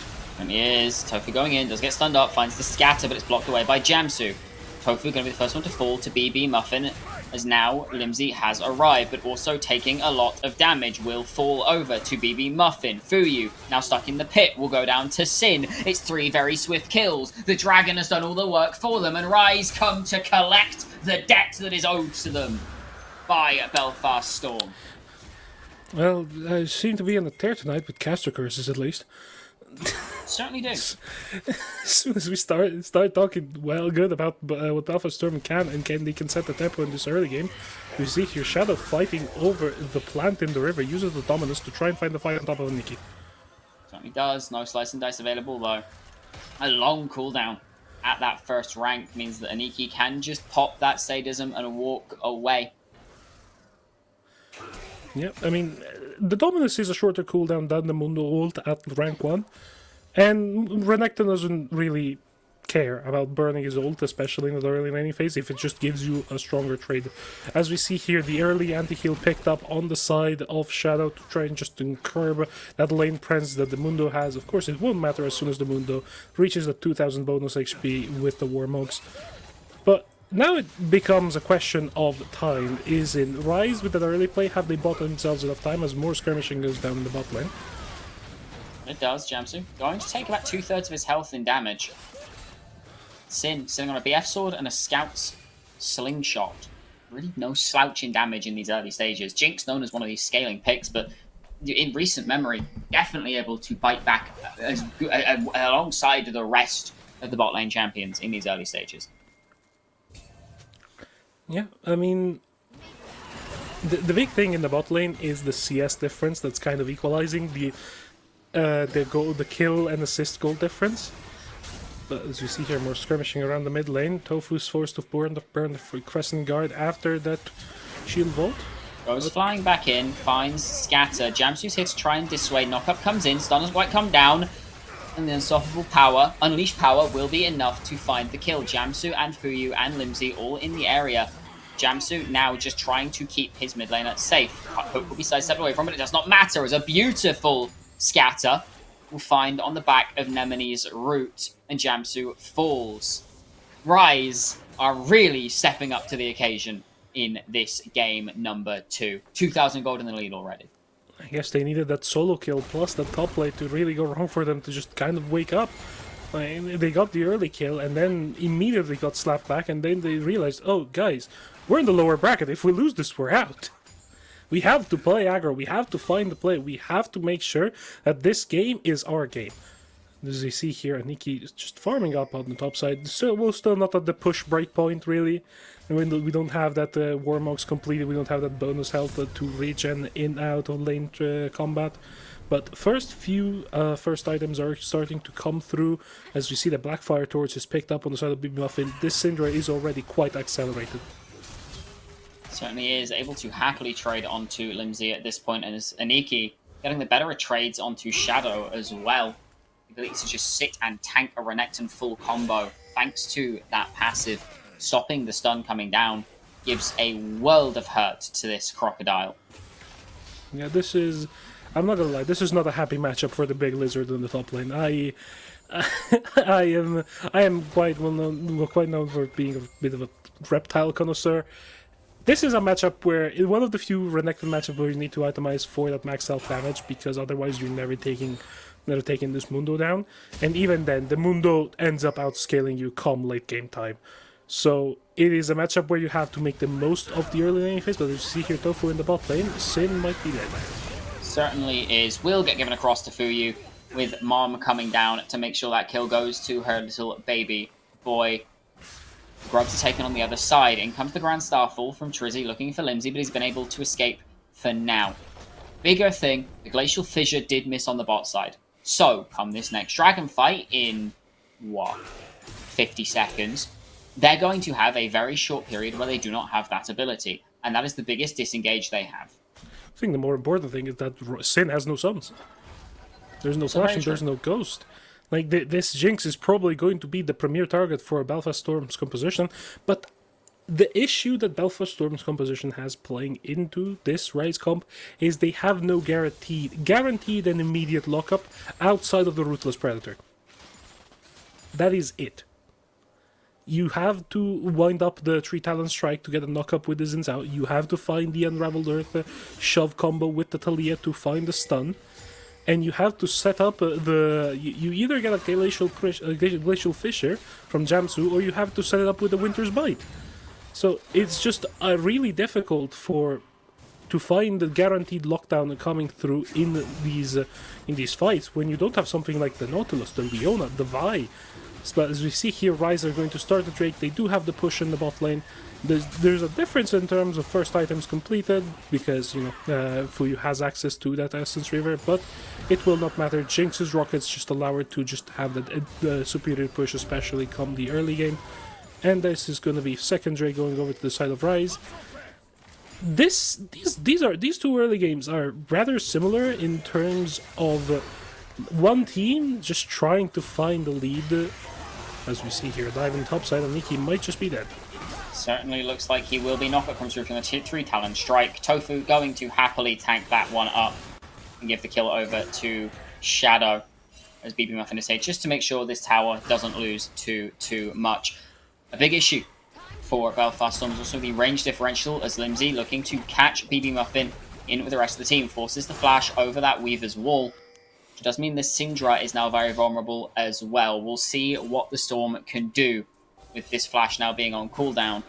But this Mundo is getting ever so closer to the point where he can walk at towers. Giant spell plus giant spell plus giant spell plus that rejuvenating Crystalline bracelet. Bracer. Yeah, this is the classic solo queue Mundo build. You mean most of your items are your 2 core items are building out of 4 giant spells and 2 crystal embraces, but as we see more skirmishing in the bot side. Good glacial fissure. Mom comes in. Nemini going incredibly low, but Jamsu should be the first one to fall. It will be a trade of support for support. As one kill goes to Trizzy, the other goes to Fuyu. Excuse me. Trizzy jumping back in, looking onto Fuyu, but a Crescent Guard will keep him locked up as Tofu finds that one. Bit of an overforce on the bot side from RIZE allows Belfast Storm a little bit of time to come back, and now they are the ones with the lead. Sin running for the hills. This tower will be their forfeit. Yeah, he knows he has to back off Tofu. You know, Xin Zhao Eyes is... on BB Muffin. Oh. Has come down, doesn't find the scatter, however. A little bit of damage onto the baby dragon would have allowed for a rocket to come down from Sin. But this is so vision. back and forth. Citizen Vision. So, Fuyu decides to stay. BB Muffin's just running at him, but Tofu's still here. Tofu has to tank the scatter, which means Fuyu gets to keep hitting. Does take a couple of balls to the face into the unleashed power. Means it'll be a trade of 1 for 1. Yeah, ends up being a 1-for-1, but if the Syndra keeps falling, it just gives tempo on the side of the Belfast Storm to just get the push in the mid lane. Limsey is more than happy to just sit here and keep shoving waves into this Jinx. The Jinx has no threat on the Thalia at this point in the game, but as we see here, Mr. Mundo has completed his Warmogs, and he will now not be contacting anybody on his team. He will be hitting towers. See just how fast this tower goes down. TP coming in from Shadow. Demolish procs. And half of the tower is taken with it. Yep. Mundo is a very fair champion, ladies and gentlemen. 5 points in that blunt force trauma, meaning that he gets so much more AD coming through from the bonus health he has available to him. And yeah, at this point in the game, you kind of just become a split pusher. You're going to itemize towards that hard steel, of course, because, yeah, again, more HP equals more AD equals more damage to turrets. Also, more HP means more demolish damage. So, at this point, you don't really care about what everything else your team is doing. You can just be a threat in the side lane that has to be matched, because Mundo has the possibility to end games on his own when it comes to pushing. Absolutely does. Herald being started up by the Storm. This will be a consolation prize for the last couple of minutes of play. Gold relatively even. Shadow not able to do much at all into Aniki at this point. Full Black Cleaver completed, but with no resistances built. Very little to shred on the side of the Mundo. Should enter a bit of a lull period now. Got a minute left on this dragon. So resets starting to come through. We'll see who can get control of this river. I mean, river control in these fights is nigh on crucial, because both of these teams want to basically stand and just fight. So you see here, Aniki doesn't really care that there's a Renekton under the turret. And as he walks away, Stands there and watches. Walks away, Warmog will kick in, and he will now be full HP again. Most certainly will be. Okay. This is I don't think I can make it come through how much glee I'm having watching this be played tonight. 4 members strong in the mid lane for RIZE. We can see Belfast Storm starting to walk down to a 5 members strong as Aniki has grouped up with the rest of his team. See the first big 5 versus 5 of the game here. As this mid tower is now the next one in Aniki's sights. That demolish nearly backed up. It should fall without much trouble. Does have to pop the ultimate to survive. Weaver's Wall comes in, splits the team straight down the middle, but Limsey Going to try to find knockback onto Trizzy. It is blocked away. Mom comes down, finds onto 2. Nemini in the middle of everybody, but BB Muffin is doing so much damage. Aniki is going completely untouched. Unleashed Power lands onto Tofu. So far, it's a lot of trader resources for not much in return. Scatter hits onto Jamsu. And the river will be controlled by RIZE. No ultimates available for either side in terms of fight ultimates, but this Dominus is back up here in just a second. Another good scatter from BB Muffin will keep Belfast Storm at bay. Tofu ready to go into this pit with a little bit of information. 3,000 health, 2,000 on the dragon and counting. It will just get taken down. And it's a Mexican standoff with so little to find. Fuyu going incredibly low, has to dodge away from the ball and takes a rocket to the face instead. Will just play for stacks, but BB Muffin will pick up his 5th kill of the game. Little bit of Safari League of Legends coming through from Belfast Store to some just Safari hunting really coming through from RIZE, finding the pick on Fuyu, overextending the mid lane, trades his life for some more stacks. So if we could just get a quick stat check at some point, production, but this is a bit of a not great situation for Belfast Storm because their comp gets outpaced really hard and really quickly. Because yes, there is only a 1k gold lead coming through from the side of RIZE, but they are 1 Drake off of Soul Point, and it is a Chemtech Drake, which is one of the better Drakes when it comes to late game fighting. He is very close. That is a very accelerated. This is about as fast, if not faster, than we saw the other day. I believe this is slightly faster. That was a 23 minute stack attainment, I believe. Fuyu definitely on pace to match up to that this game. We all know what a Smolder can do when those stacks are attained. Mundo, 2 items now though. Aniki is a massive, massive threat as Tofu and Shadow are towards this top side, just trying to see if they can take this tower down. With the wave gone, just be Aniki's fight to take. I don't know. They're trying to take his prime real estate down. Yeah, that's these government overlookers. This is too much government oversight. Let Mr. Mundo do his business. This is crazy. Anyway, RIZE are trying to find plays on the other side of the map. As the Dominus is popped from Shadow, the threat from the Mundo is very much real, unlike his business ventures in this case. But this is such a tough game for the side of Belfast Storm to play out from this point onwards, because you're basically gambling everything you have on the Smolder just being able to free fight. And as we were commenting, I was commenting earlier about Belfast Storm's lack of access in terms of backline diving. There is not that issue on the side of RIZE. You have a Pantheon, you have a Nautilus. If you want to ISO one target and blow him up, you can do that. This is a very difficult situation for Belfast Storm to be in, and I don't really know how they get out of it in one piece. Not with ease, that is for sure. Shadow is still fighting onto Aniki. Ultimate is popped from this Mundo, and Shadow has to go on the retreat. Herald is popped in the bot lane in the meanwhile. Shadow should just be able to walk away, but I believe we are getting very, very inching ever so slightly closer to Fuyu having those stacks. The tower will fall in the bot lane. Did pick up 2 of the camps on that bottom side of the jungle. Production, if we can keep an eye on those stacks for the foreseeable future, I believe he has attained them at this point, as that is smited away by Tofu. Fuyu taking a bit of a chunk from Sin here. Oh. Herald goes into mid lane. Limsey drives it in and will fall his life the forfeit for a not so great decision. Tofu next on the list. Belfast Storm are getting desperate. 2 quick picks coming up right before 1 minute we got to this Drake, but as we see here, Aniki is kind of just having a run of the show in the top lane, takes down the turret, lands another cleaver on Shadow. This might be the end of this crocodile, and yeah. Got himself a new croc skin briefcase. Yeah, new boots to pick up. But yeah, this is kind of falling apart on the side of Belfast Storm.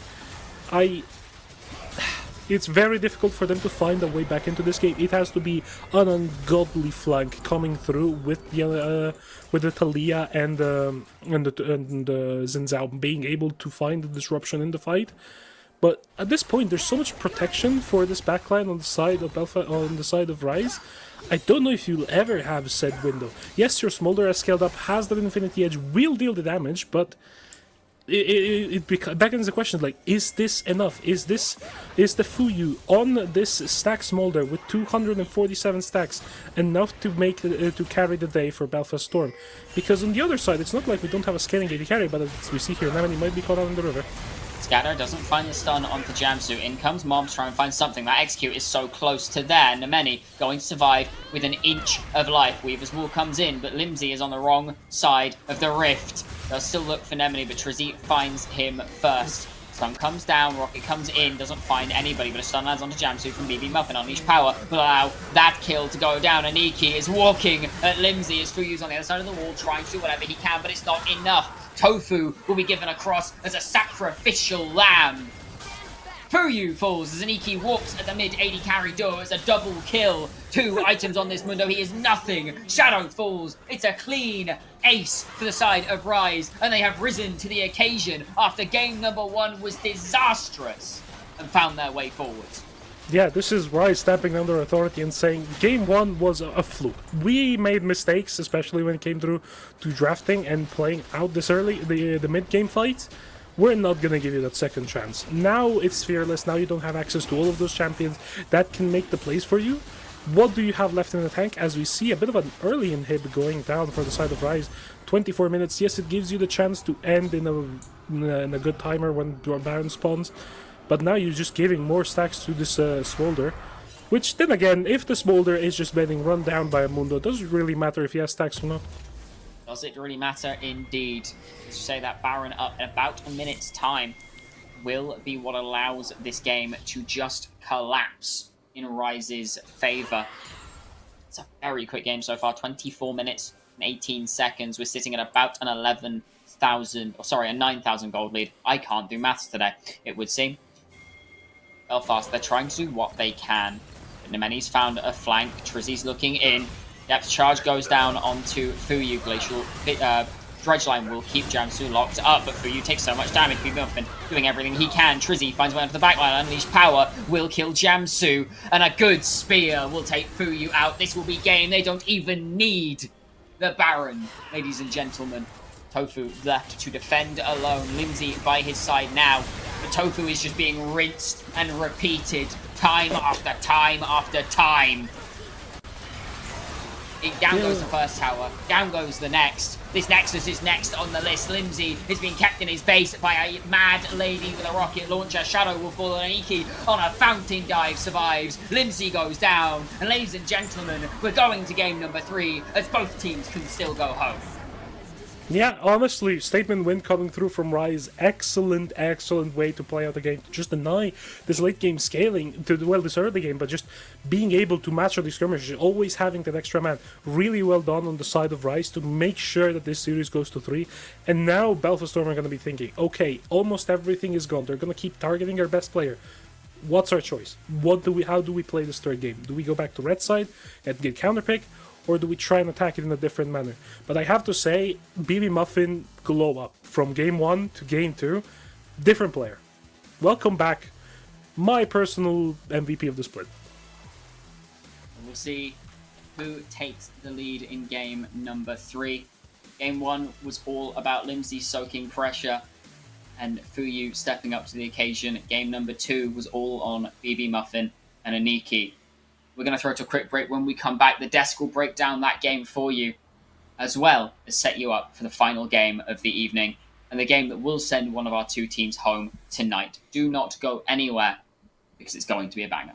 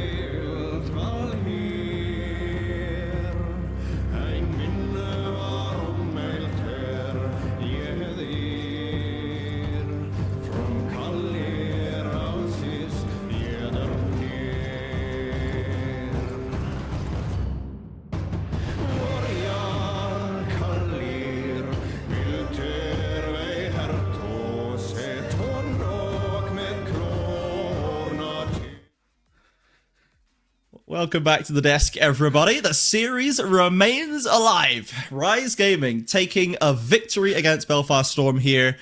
Or should we say Belfast Storm took a victory against Belfast Storm? Decide in the comments. That was certainly one of the games of all time, Temporal. I described it while we were watching as the lower bracket quarterfinals of Insomnia, and I feel pretty confident about that delineation at game end.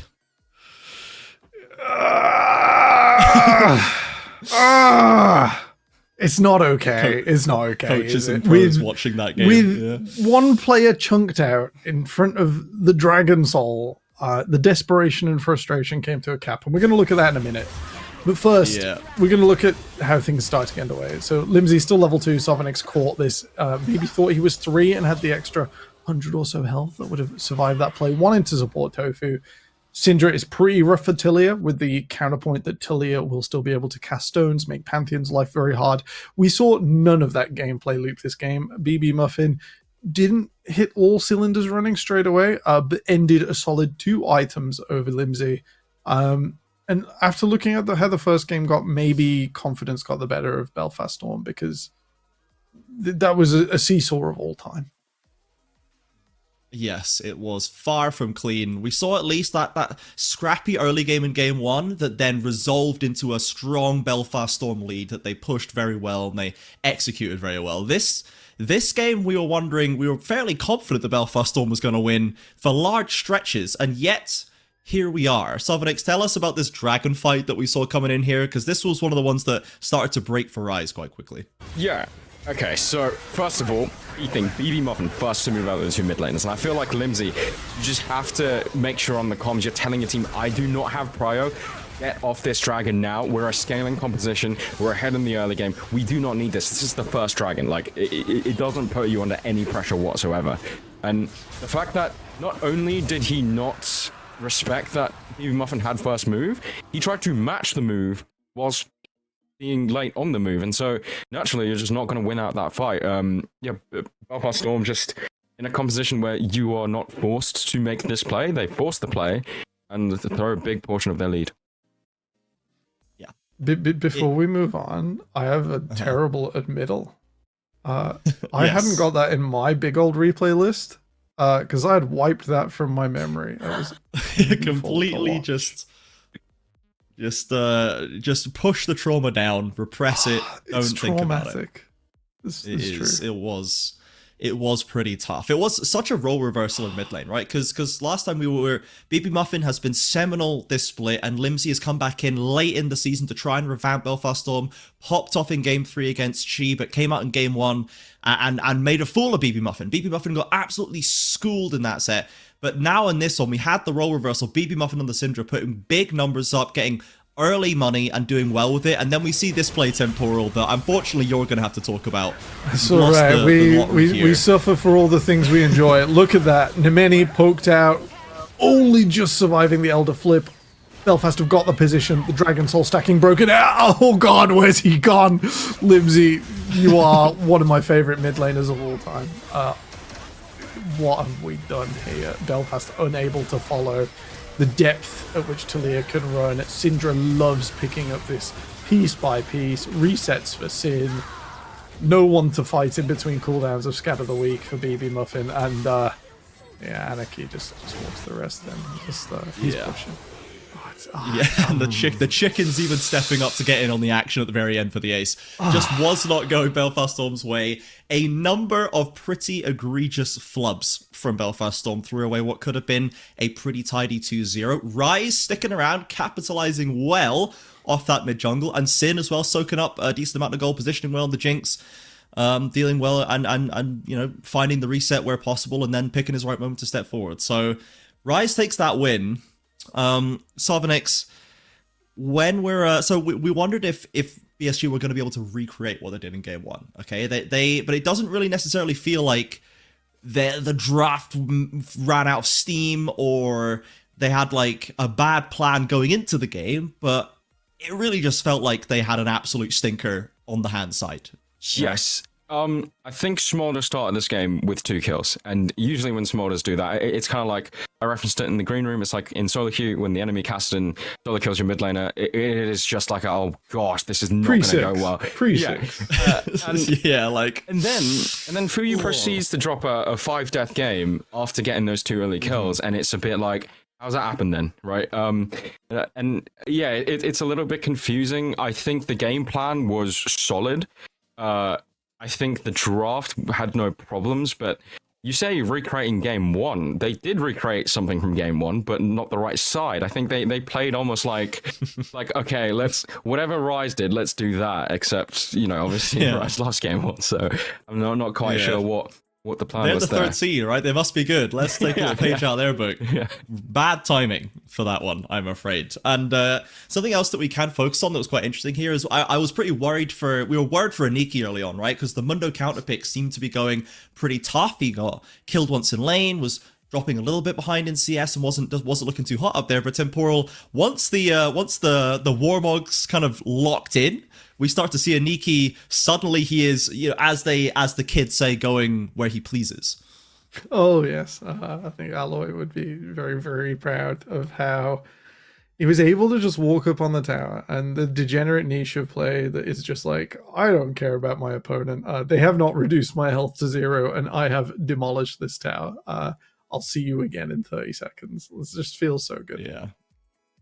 Yeah, stepping around with the big heart steel autos we saw at the end of that messy fight replay as well, doing cleaning up the mess where required. So good turnaround from Maniki. So another kind of the top and mid lanes really flipping in terms of result from game 1 to game 2. RIZE able to do a lot better with those solo lanes, and the bot lane as well, not necessarily mattering too much in the 2v2. Like there was a couple of kills going back and forth, a bit of scrappiness, but really it was out of the lane that really kind of seemed to matter most for Sin and Fuyu. So we'll see how game 3 locks down. Both went for scaling in that matchup, and we'll see how they want to approach game 3. Now let's look forward to that final match. Sovanix, we have got confirmation that BFG chose red side without much hesitation, I will say. So what do you think we need to see from Belfast Storm? What are they going to do with the red side to try and right the ship after a tough game 2?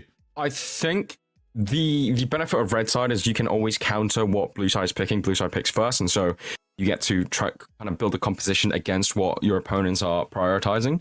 And so I think what we saw was Limsey was able to control BB Muffin in game 1. Shadow of Chains did great into Aniki as well.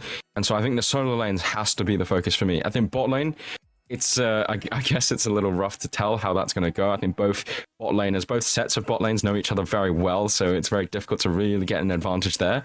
So I think if I was on the side of Belfast Storm on red side, let's give our solo laners as big advantage as possible, and that's going to be, I think, their best chance to win. Yeah, as much as I would love to see the focus being on Sin and Fuyu fighting it out one more time for the fans, it just does not seem like the bot lane is where this series is being decided. It seems like it's happening elsewhere. Temporal, what about you? For BFG or potentially for RIZE, I guess, on the blue side as well. Last time they were happy to... I guess they were on the red side last game, but now that they have blue once again, game 1 did not serve them well, but how are we going to make better use of that first pick and the power that it offers? As we are well into the draft, so you can probably scrap that maybe and just talk about what's actually happening on the screen right now. All right, Limsey, you're insane. Because, oh wait, we're flipped again, aren't we? This is definitely... We're flipped. So we're flipped. Yeah, we are. Belfast are on red. Let's not. Zoe is a Limsey... Or is it a BB Muffin? Are these both? Because I thought Limsey was the Zoe guy, but maybe BB as well. Is nuts at Zoe. So is Limsey, and Limsey's been here more recently and around. And I think it was one of few to pick it in like 23 when we came back as a tournament. Yep. I'm real happy to see Sejuani. I'm gonna let you finish, but this is some discipline I wanted from Tofu last game. Yeah, to quickly catch up on the way the bans have gone, Limsey's Azir has been taken away, the Shadow of Chains Jace, the Ambessa still open that was banned before, but that is open right now, and the Rumble's been permit all the way through. Aniki's Yorick removed, pretty much sole Aniki and Trizzy focus. The Xin Zhao is no longer available, having been taken away by Tofu, and Fuyu taking the Lucian down. Sin almost beat Venom Crest with that champion a week or two ago, but Sovanix, so far Fuyu has taken it, so it's not scaling right now, at least not for Belfast bot. Bang the Nami, and you want that answer. Yeah, definitely. And interesting, right? We said maybe the bot lane isn't the focus, but I think Belfast Storm, we're going to flip the switch on that one and just be like, all right, Fuyu, take the reins. We're just going to give you a lane bully champion and make sure you do the work. But the difficulty now is RIZE have just picked a straight up, like, the defensive couple sort of setup, like, Uwu will protect each other to life. And so... I think Belfast Storm, and they gotta push that lead. Otherwise, I think it's gonna be tricky for them.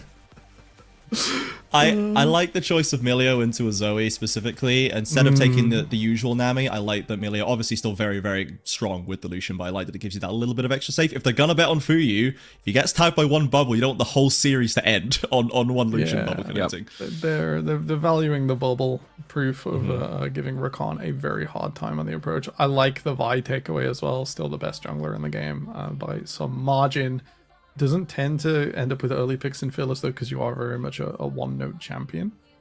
For RIZE to push through now and start to ban things away, you have blue wand a very controversial mid laner. It's time to defend it, and Yone getting taken away is pretty good. I'm not sure what else you take away from Limsey. Maybe an Azir, because the rest of Belfast would come over pretty strong after an Emperor's Divide. Yeah, would the fact they banned it in that first rotation, I think gives them is a very good idea for sure. I think Limsey would probably be ready to just blind it at this point. Sorry, in the series. Orianna. Yes, sorry, Orianna might be the second Limsey pick, to be honest, as the another jungle focus away, the Wukong removed from Trizzy. I'm wondering if this kind of leaves him with Jarvan as just the only thing left that we've even seen him play. But I don't know. I don't know if that actually does what they want it to do, or if it's just Trizzy needs a champion that he's comfortable with, you know? Yeah. I actually want to, like, the Zoe pick's starting to be a little bit genius because it's fearless. Syndra is like the pick into Zoe. It's taken off the board. Orianna is okay, but Zoe still has kill angles onto the Orianna. So if you think about what beats Zoe, a lot of it is off the table now. Like Talia is as well good into Zoe because you can, it's a free W on the ulti. So a lot of the Zoe counters are out and might just be a bit of a fearless mastermind plan to B1 that Zoe. Fuyu hovering Sona, Sin hovering Yumi. They're just playing with each other. Happy 6th birthday to Yumi today, by the way. Oh god. Ugh. Yeah, okay. That's unfortunate. But yeah, so they have gone for Suddenly.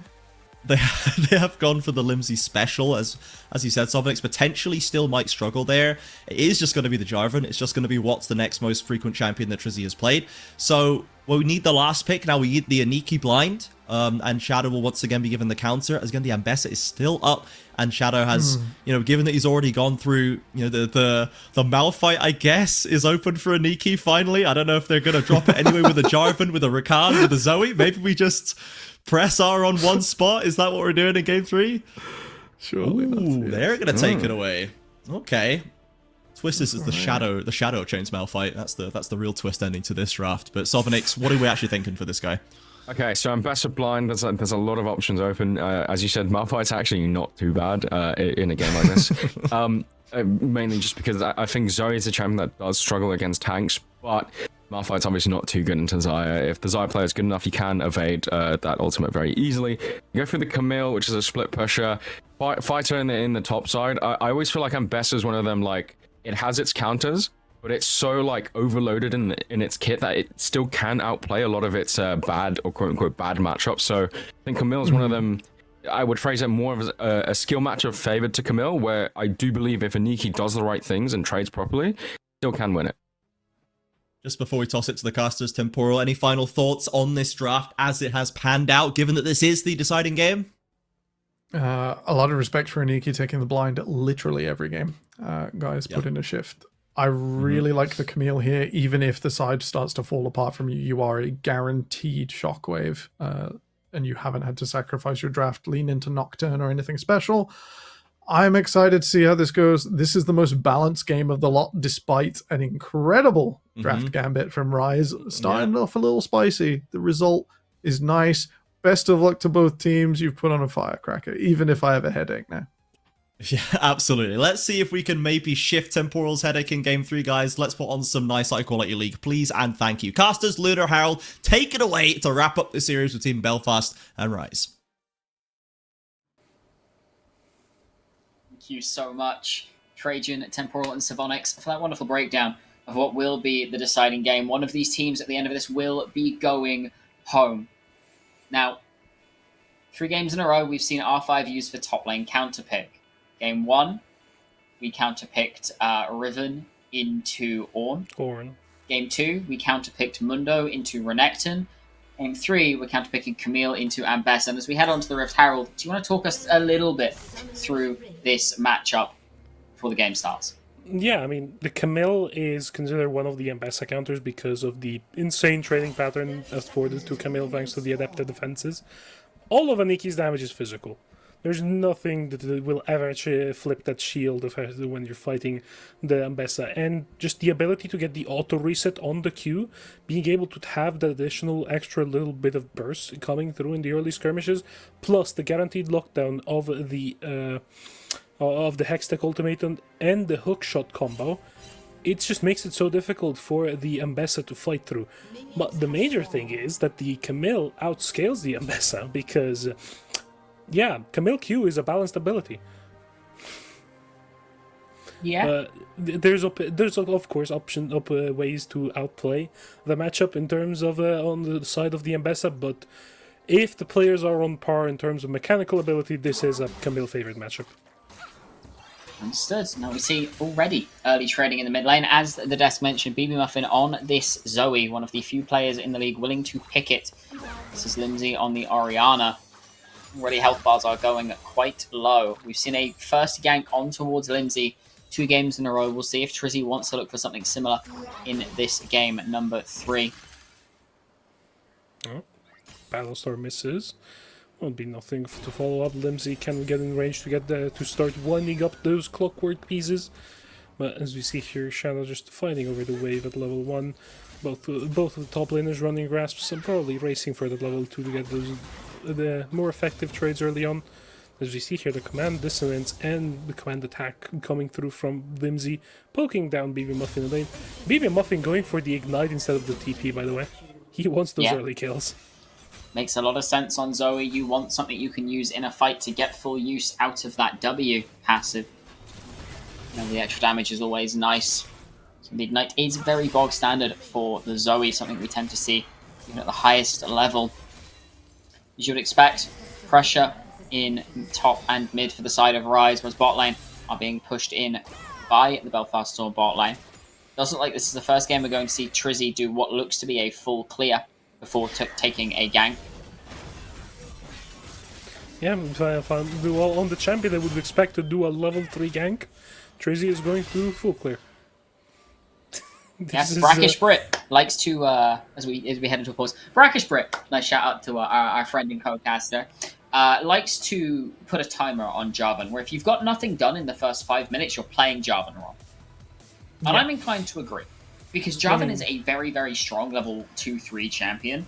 If you can make something happen in those first 5 minutes, you can basically set yourself up to start to snowball a game. Because Jarvan is one of the champions that has to snowball. Yeah, I mean, especially coming through in terms of like pro play, not necessarily you have to snowball because the Cataclysm is still a very strong engage tool that you can just make the fight happen in a specified location, especially with the combo coming through on the side of RIZE, where you have ways to just layer the damage in a concentrated area and just kind of blow up everybody. But you do want to get ahead of the game tempo. You want to be the pace setter for the early game. Otherwise, your champion is just going to feel like an ult bot and you're just going to feel awful for the rest of the game. But you do also want levels, because you do want to get to level 6 as quickly as possible. But we are into a quick pause as we seem to have some slight hardware issues with one of our players, but hopefully we'll be back in game very soon. But yep. So we are back into the game. Oh yeah, timed it perfectly. You are a prophet among men. Yeah, I'm usually just looking for profit, but you know, can't have that every day. Anyway, Fuyo and Jamsu bring out one of the well, I would say this is the most well-known Milio combo in the bot lane. The Milio Lucian terrorized every bot lane in 2023, just because of the numbers that were so askew. Like, these two champions together are not fair, in my opinion. Yeah. Yeah.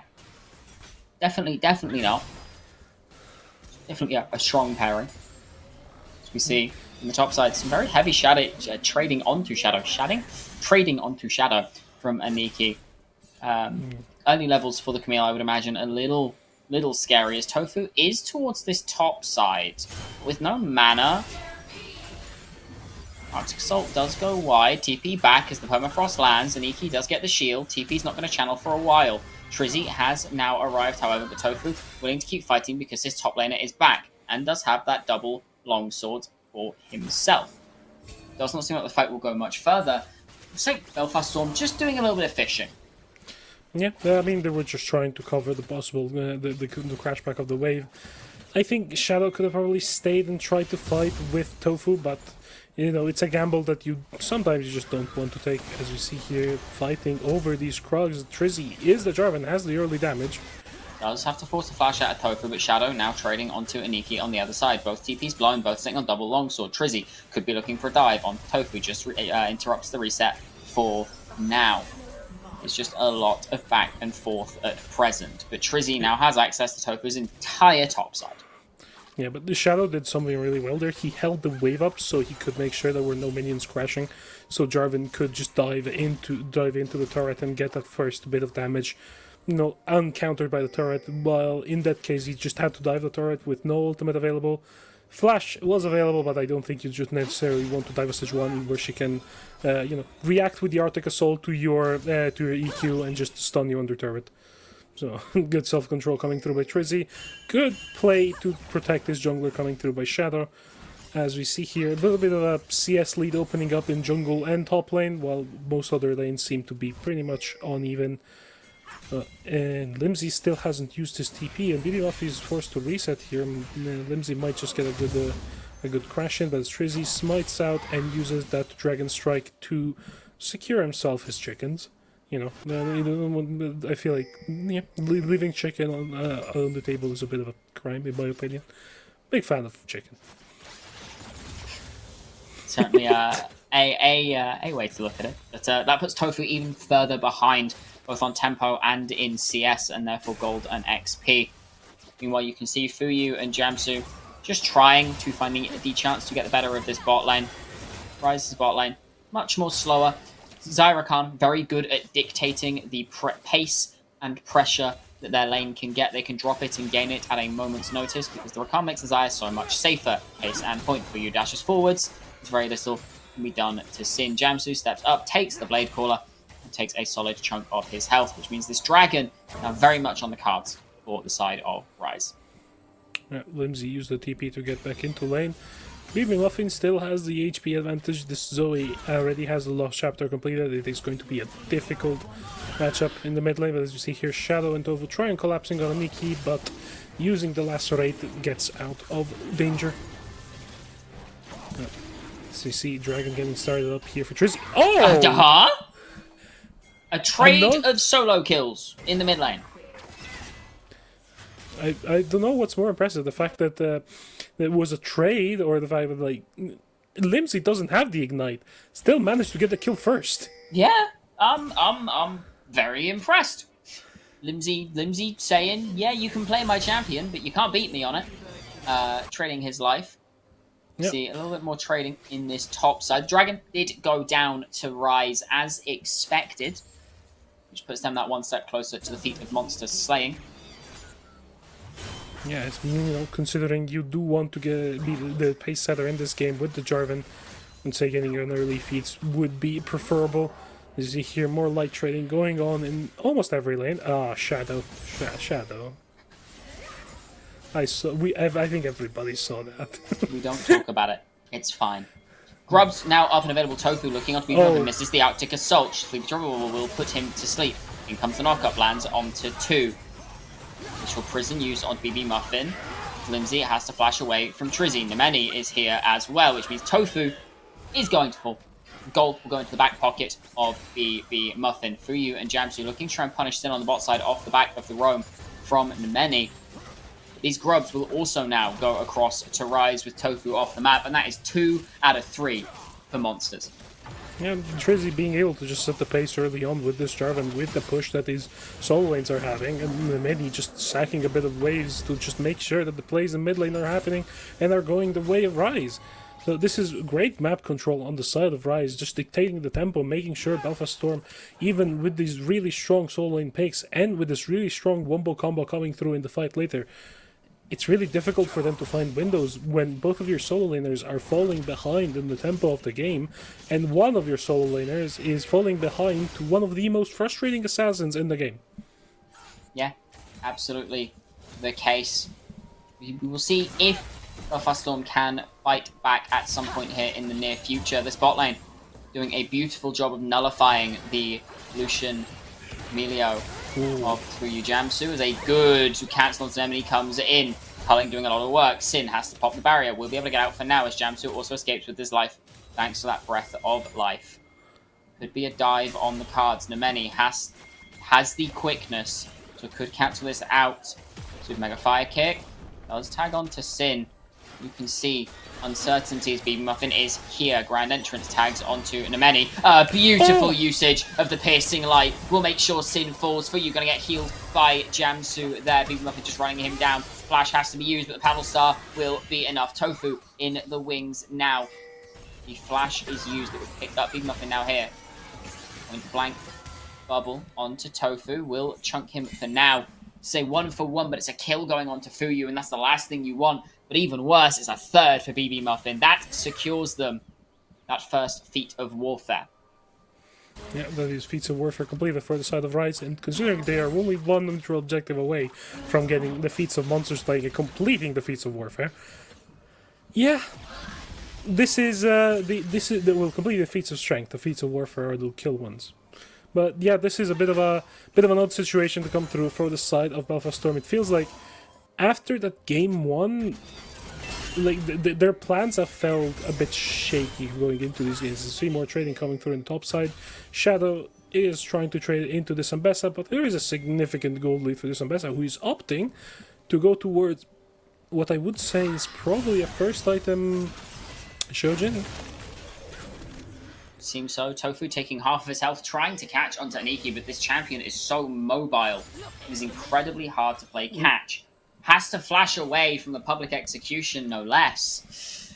Tofu is having a really, really difficult time finding any way to impact the game. Yeah, I mean, this is... Oh! Shut down on BB Muffin goes to Fuyu. Fuyu picks up another kill on the Lucian Essence River completed. He has those slightly magical boots in his inventory. You know, you want to start moving this Lucian around. His wave pressure is excellent, as we see more trading coming through on the top side. The stun lands from Shadow, but the damage coming through from Aniki with that advantage in HP and just that advantage in raw stats that his items are giving him, it's just making it really difficult for Shadow to try and edge out a lead in this laning phase. As I was saying earlier, this is very much a skill matchup, but it should be Camille favored. And Shadow, we've been praising him so much this split. After game 1, we were giving him all the laurel accolades, playing so well on his one trick. And now, every time that he's had to match up into Aniki, Aniki's just had the upper hand. This guy has the champion pool to just go up against these people. He does, because he's going over the wall, finds the Cataclysm onto Limsey. Flash lead throw bubble will land, as Lindsay has nowhere to run. BB Muffin picks up his 4th kill. Nemeni's in. Quickness tags onto Tofu. A good flag and drag means it's a double kill for BB Muffin. Glacial Prisoner will lock him up, but Jamsu is stuck between Sin and Nemeni, and the Melio will fall. Trizzy picks up Tofu in the mid lane. It's a 4-0 for the side of RIZE, and Belfast Storm are storming apart at the seams. In the meantime, and I think he's just proxy farming. This is all going all sorts of wrong for the side of Belfast Storm. You took that red side, you wanted that R5. You're not utilizing the R5. BB Muffin on the first pick Zoe is just putting his foot down and saying, this series is ours, game 1 was a fluke. Still, there is avenues for this Belfast Storm roster to come back into this game, but there's a 3k gold lead at the 13 minutes, and it is just going to be really difficult for you to find anything, considering this the last Drake going down completes the feats of monster slaying, and that is feats of strength completed for the side of RIZE. This is just going to become ever more difficult for the side of Belfast Storm to try and pull the rabbit out of the hat. We see here a little bit of the paddle start lands. No. Not too much mana. Big Muffin's going to try and get this wave out. Impressive coming out of RIZE this game. They've really come out the gate swinging. They've made it so hard for Tofu to have impact on the map. Aniki has had Shadow's number in that isolated 1v1. BB Muffin has been picking up anything and everything available to him. And it's all on the shoulders of Fuyu and Limsey at this point. Can they step up? Sleep probable lands onto Limsey. Trizzy's here just in case. We'll pick up the assist thanks to W. BB Muffin picks up the kill onto Limsey there. Sin taking a lot of damage to the culling here. Blade Caller goes ever so slightly wide. Here comes the Ardent Blaze just to give the movement speed to Fuyu a little bit, but they can't keep going forwards. The tower allows more. Aniki going very low. Trizzy's here to dissuade. Shadow doing what he can. Going very, very low. Aniki can't get into the wall. Shadow has to flash away. Tofu incredibly squishy at this point. Still not on that first item. Has to use the Arctic Assault for safety. Trizzy could look. Finds the flag and drag. Glacial Prison tags. Trizzy has to flash. Aniki's gone back in. Tofu going incredibly low. Trizzy takes a lot of damage. Shadow finds the stun onto Trizzy under the tower. First tower falls in the mid lane, but it does not matter in the eyes of Belfast Storm as they find the shutdown onto Trizzy going into Shadow's back pocket. Aniki cannot stick around either. And it's a glimmer of hope for the Storm. Yeah, New York Camille finally picks up some gold, gets the shutdown onto that was carried on the shoulders of the Exemplar of the Marcia Trizzy, doing so much work in this early game around BB Muffin, but the topside skirmish just kind of goes wrong. The fight goes long, they bide enough time, and that hookshot has that slight displacement, puts Trizzy under turret, and just makes it so that you don't really have to fight for that last kill. Yes, he has this under sky, it's not quite enough coming through. As we see here, first items are getting completed all across the board. Trinity Force is picked up on the side of Shadow, as the Shojin is picked up on Aniki, but BB Muffin, 7 stacks on the Dark Seal, Luden's completed, going towards that Horizon focus. This Zoe needs to be your target. Like, you cannot afford to live this Zoe unmarked in team fights. Absolutely cannot let the Zoe go unchecked. Question is, who checks her? She's so incredibly infuriating to play against with the angles she can find, the distance and range she can fight from. So hard to mark her as the fourth neutral objective of the game will go across to RIZE this game. 3 members strong in the bot side, however, they could look for this tower. Sin and Nemeni, if they step too far forwards, Grand Entrance comes in, Tofu is in the wings, finds a good knock-up, forcing the quickness to have no impact. Beaming up in his here and his one-shot Jamsu! Bubble landed onto Tofu, he's the next to fall, and Sin will take that for you, flashes forward, finds a trade onto Nemeni. Lindsay is here, they can keep fighting. Flash away from the shockwave from beating Muffin is good. Trizzy is here now as well. Cataclysm lands onto Ilimzi, and Sin will pick up a triple kill. BB Muffin is facilitating the world for RIZE as they ascend from mortality to take Belfast Storm to the brink. 12-5, 4,000 gold in the league. Yeah, I mean, I feel bad for Fuyu. The man is trying his damnedest to make this game work. He is trying to find the windows to try to take the fights. He has that Infinity Edge completed. He is strong on this Lucian. The thing is, he's the only strong point on the map coming through from Belfast Storm. Limsey, we praised him so much for Game 1, and to a degree, Game 2, he was finding the windows to be aggressive in lane. Found a solo kill on BB Muffin. And then in this Game 3, BB Muffin has afforded his way onto a first pick with Zoe, and now he's just able to find so much on the map, be around everywhere, linking up with Trizzy so well to make sure that Belfast Storm have no reprieve. You will have no quarter today, sir, for RIZE are taking the day. Really, really difficult game to play out from Belfast Storm. They do have angles, as you say, but they are slowly and certainly slipping away. 2 items now. This Zoe, that Horizon focus we saw prop in the mid lane, giving so much vision. The buff to its stats as well means this Zoe is so incredibly scary. As he's looking, public execution lands onto Tofu and Iki going forwards. Teleport coming in from Shadow, Limsey, as he arrives. The Troll going slightly wide, but so does the culling. Nemini finds 2 with the quickness, tries to find someone with the Grand Entrance, but cannot. RIZE putting a lot of resources into this to find very little. But they don't have to find anything as Shadow finds onto BB Muffin with that Hextech ultimatum. BB Muffin going low, Shockwave comes down, Fuyu finds the kill, it's a shutdown, it's the first. It's a double kill for Fuyu, as down goes the Mene as well. Trish is in the middle of everybody. Tofu is the next one to fall, but it's a triple kill for Fuyu. He's managed to find his way back, he's managed to use the damage that he's accrued to make hell for RIZE. Sin has to pop the Featherstorm in an attempt to survive, but the Blade Crawler lands onto nobody, and you've given them an inch, RIZE, you've given them a little, and the Storm have run with it. The Dragon will be their prize, along with the 3 kills into the back pocket of their final hope. And out of the darkness comes the Lightbringer, the Purifier. Fuyu finds the fight, Shadow and Limsey finding the engage. Tofu living for so long. That is the wombo combo we needed to see from Belfast Storm. This is the way they win the game. They can lock down the Zoe thanks to that Hextech ultimatum. That is just incredible, honestly. Like, really excellent fight found from the side of Belfast Storm, that they're just able to lock down the Zoe first, because BB Muffin, he was playing cocky. He thought he was over-aggressing. There is still a lot of lockdown coming through from the side of Belfast Storm. And if you're able to repeat this back to back to back in these fights, this is not an impossible game. It is difficult. It's not impossible. It most definitely is, but that is a good start to it. Now only 3,000 gold in it between these two teams. Only is a term to use. That being said, it is a much smaller figure than it was but a couple of minutes ago. You can see even Muffin and Nemini, they're hunting on this bottom side. They're trying to find someone to pick off this roving death squad. This Zoe so strong. Paddlestar going slightly wide onto Tofu there. Bubble not landing either. Never mind. It looks like it was picked up by Jamsu under the tower. Nobody's in range to use it though. It's not the end of the world. As we see, the Belfast Storm are walking up in the mid lane. Fuyu has completed his third item. Those Navori quick blades are in the inventory. This Lucian is ready to make havoc, but the tier 1 turret still hasn't gone down. This is a really difficult fight to approach because the stun goes down and BB up and the fight starts.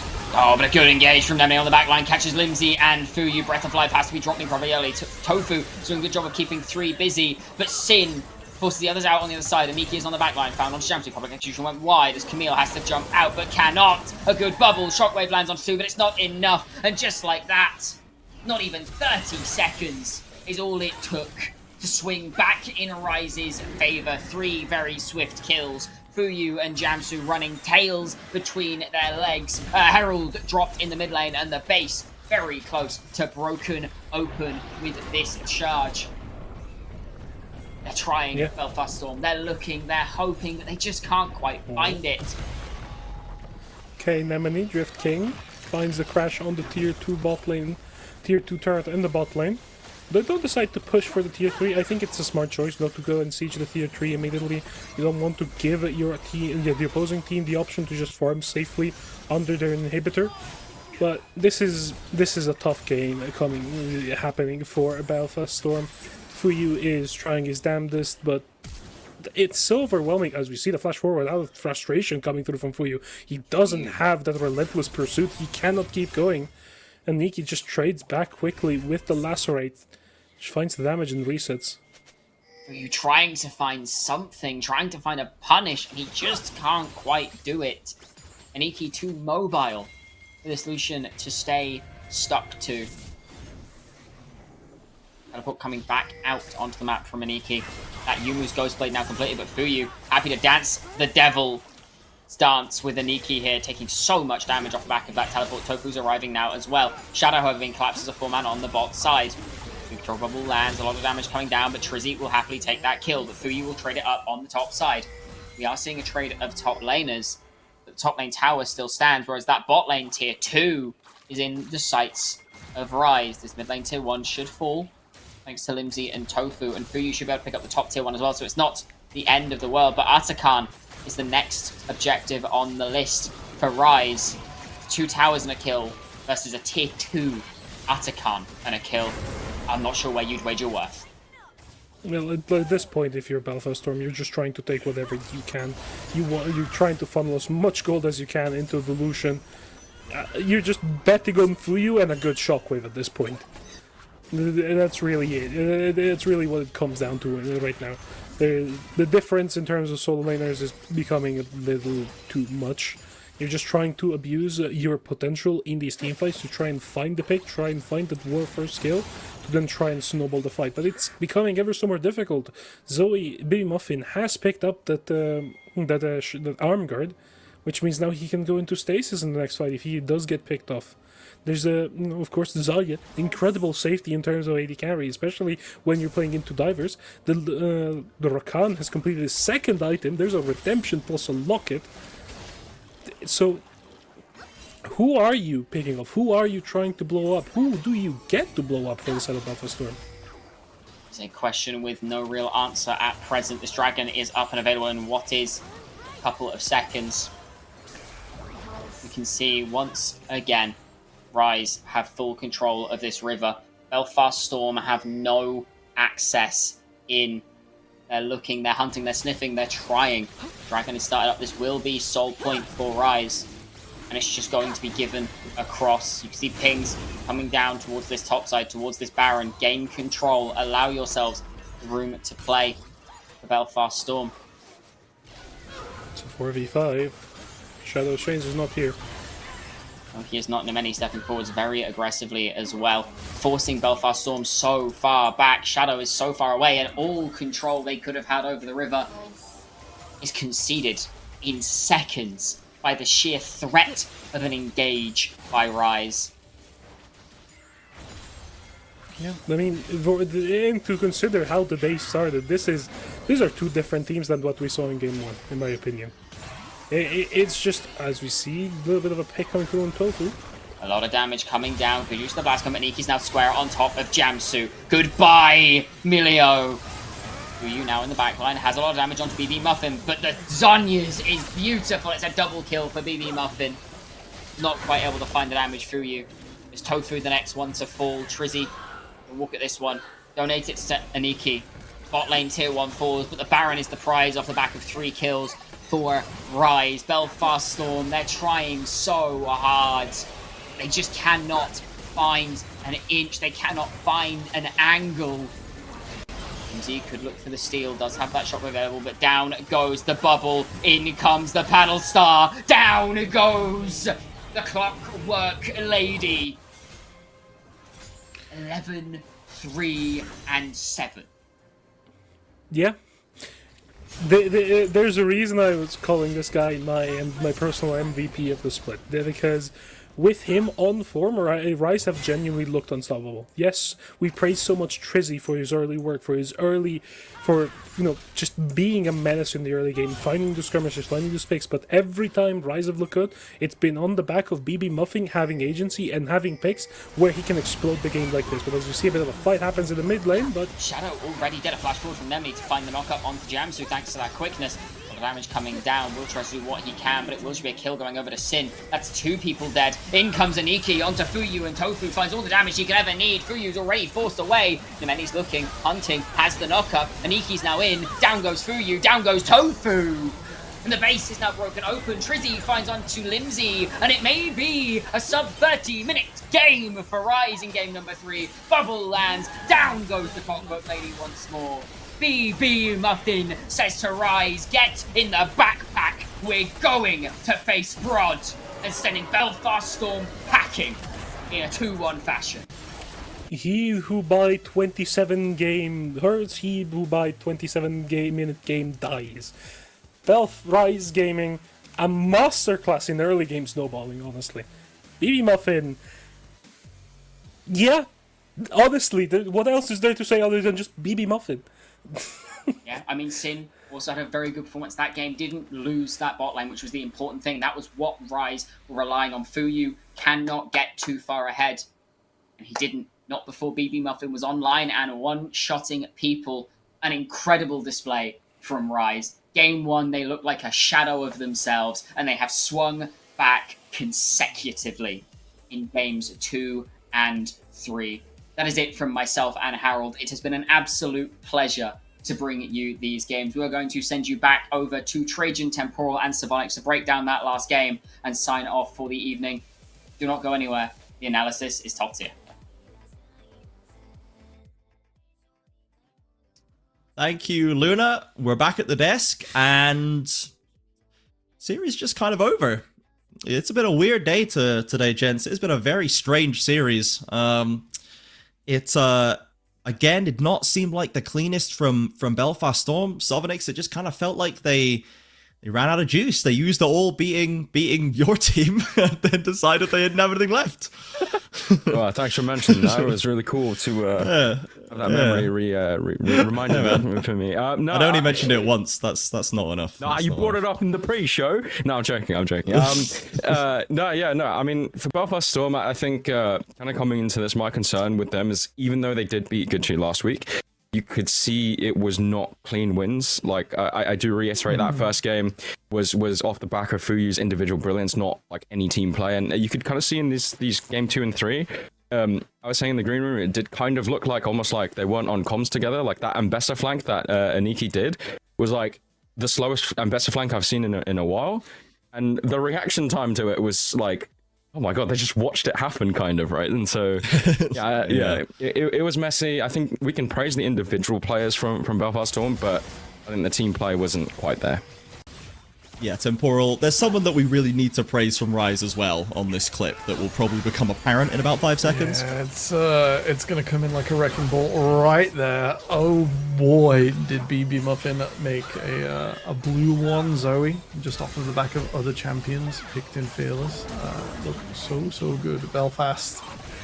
They had his number in game 1, but I think the series plan overall looking real good for RIZE's mid laner.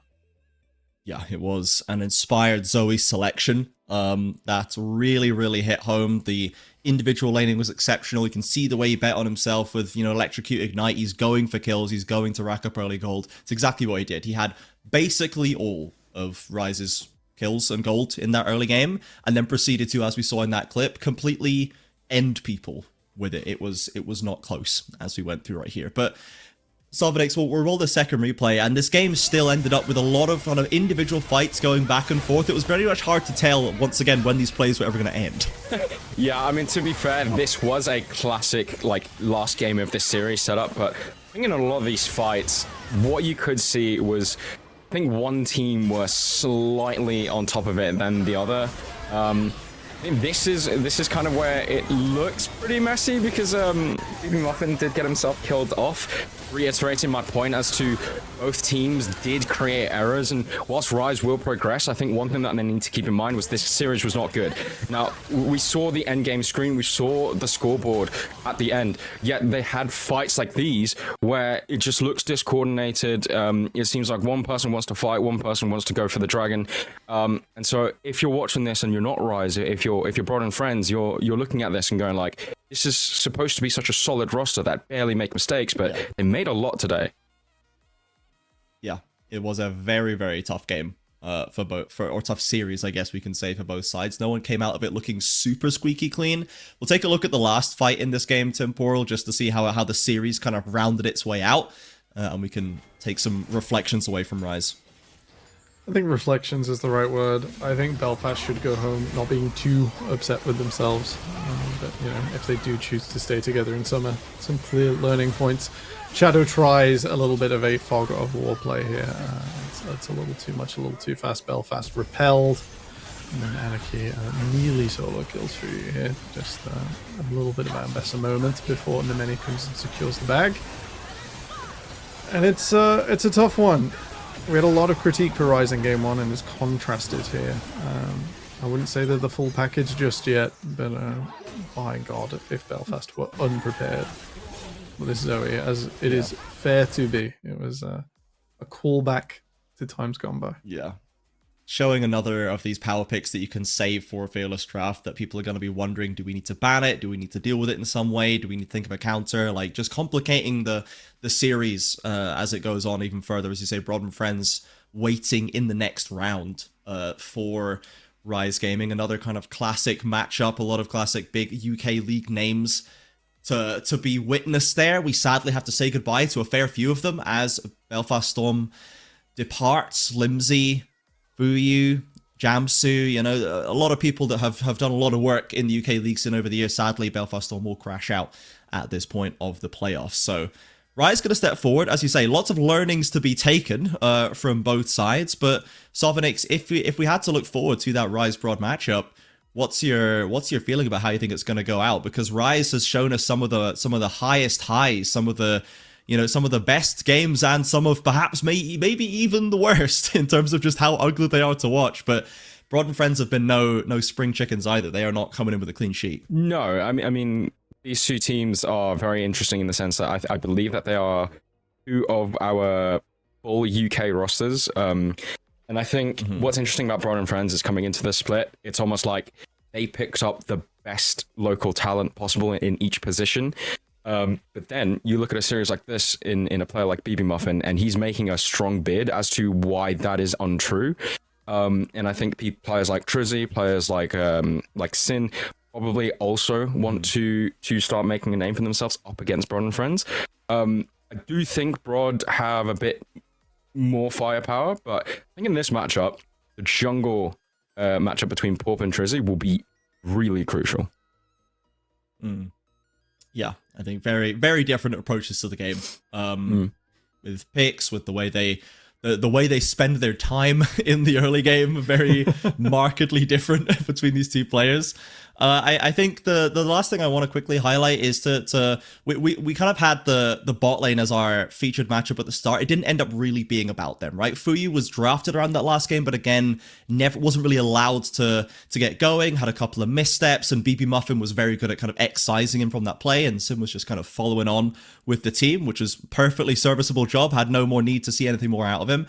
What ended up, I think, being quite... Our backup for featured matchup was top lane, was Aniki versus Shadow Chains. I think this was quite an interesting one, because Temporal, we'd seen before that Aniki was one of the few players that could hold Shadow down.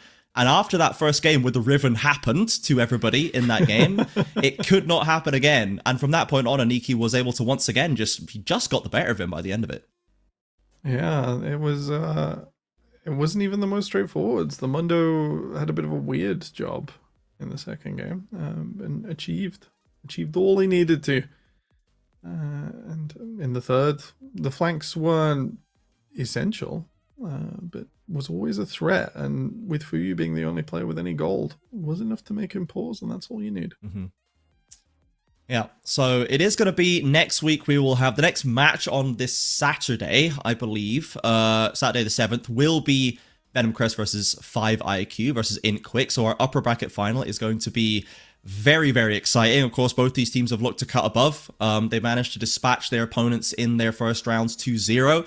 And we will see who is going to wait in the upper side of the grand finals in Stoke. And then that losers bracket on Thursday next week. So a week from now will be Broad and Friends versus RIZE as our UK squads go head to head to see who can try and take the pride of the nation through into those further rounds. So thank you very much, Temporal and Sovnix, for joining me on this desk for what was a very weird series, I'll be honest. Thank you, everybody, for watching, for enjoying the league. As always, thank you for spending your time with us this evening. Thank you, production.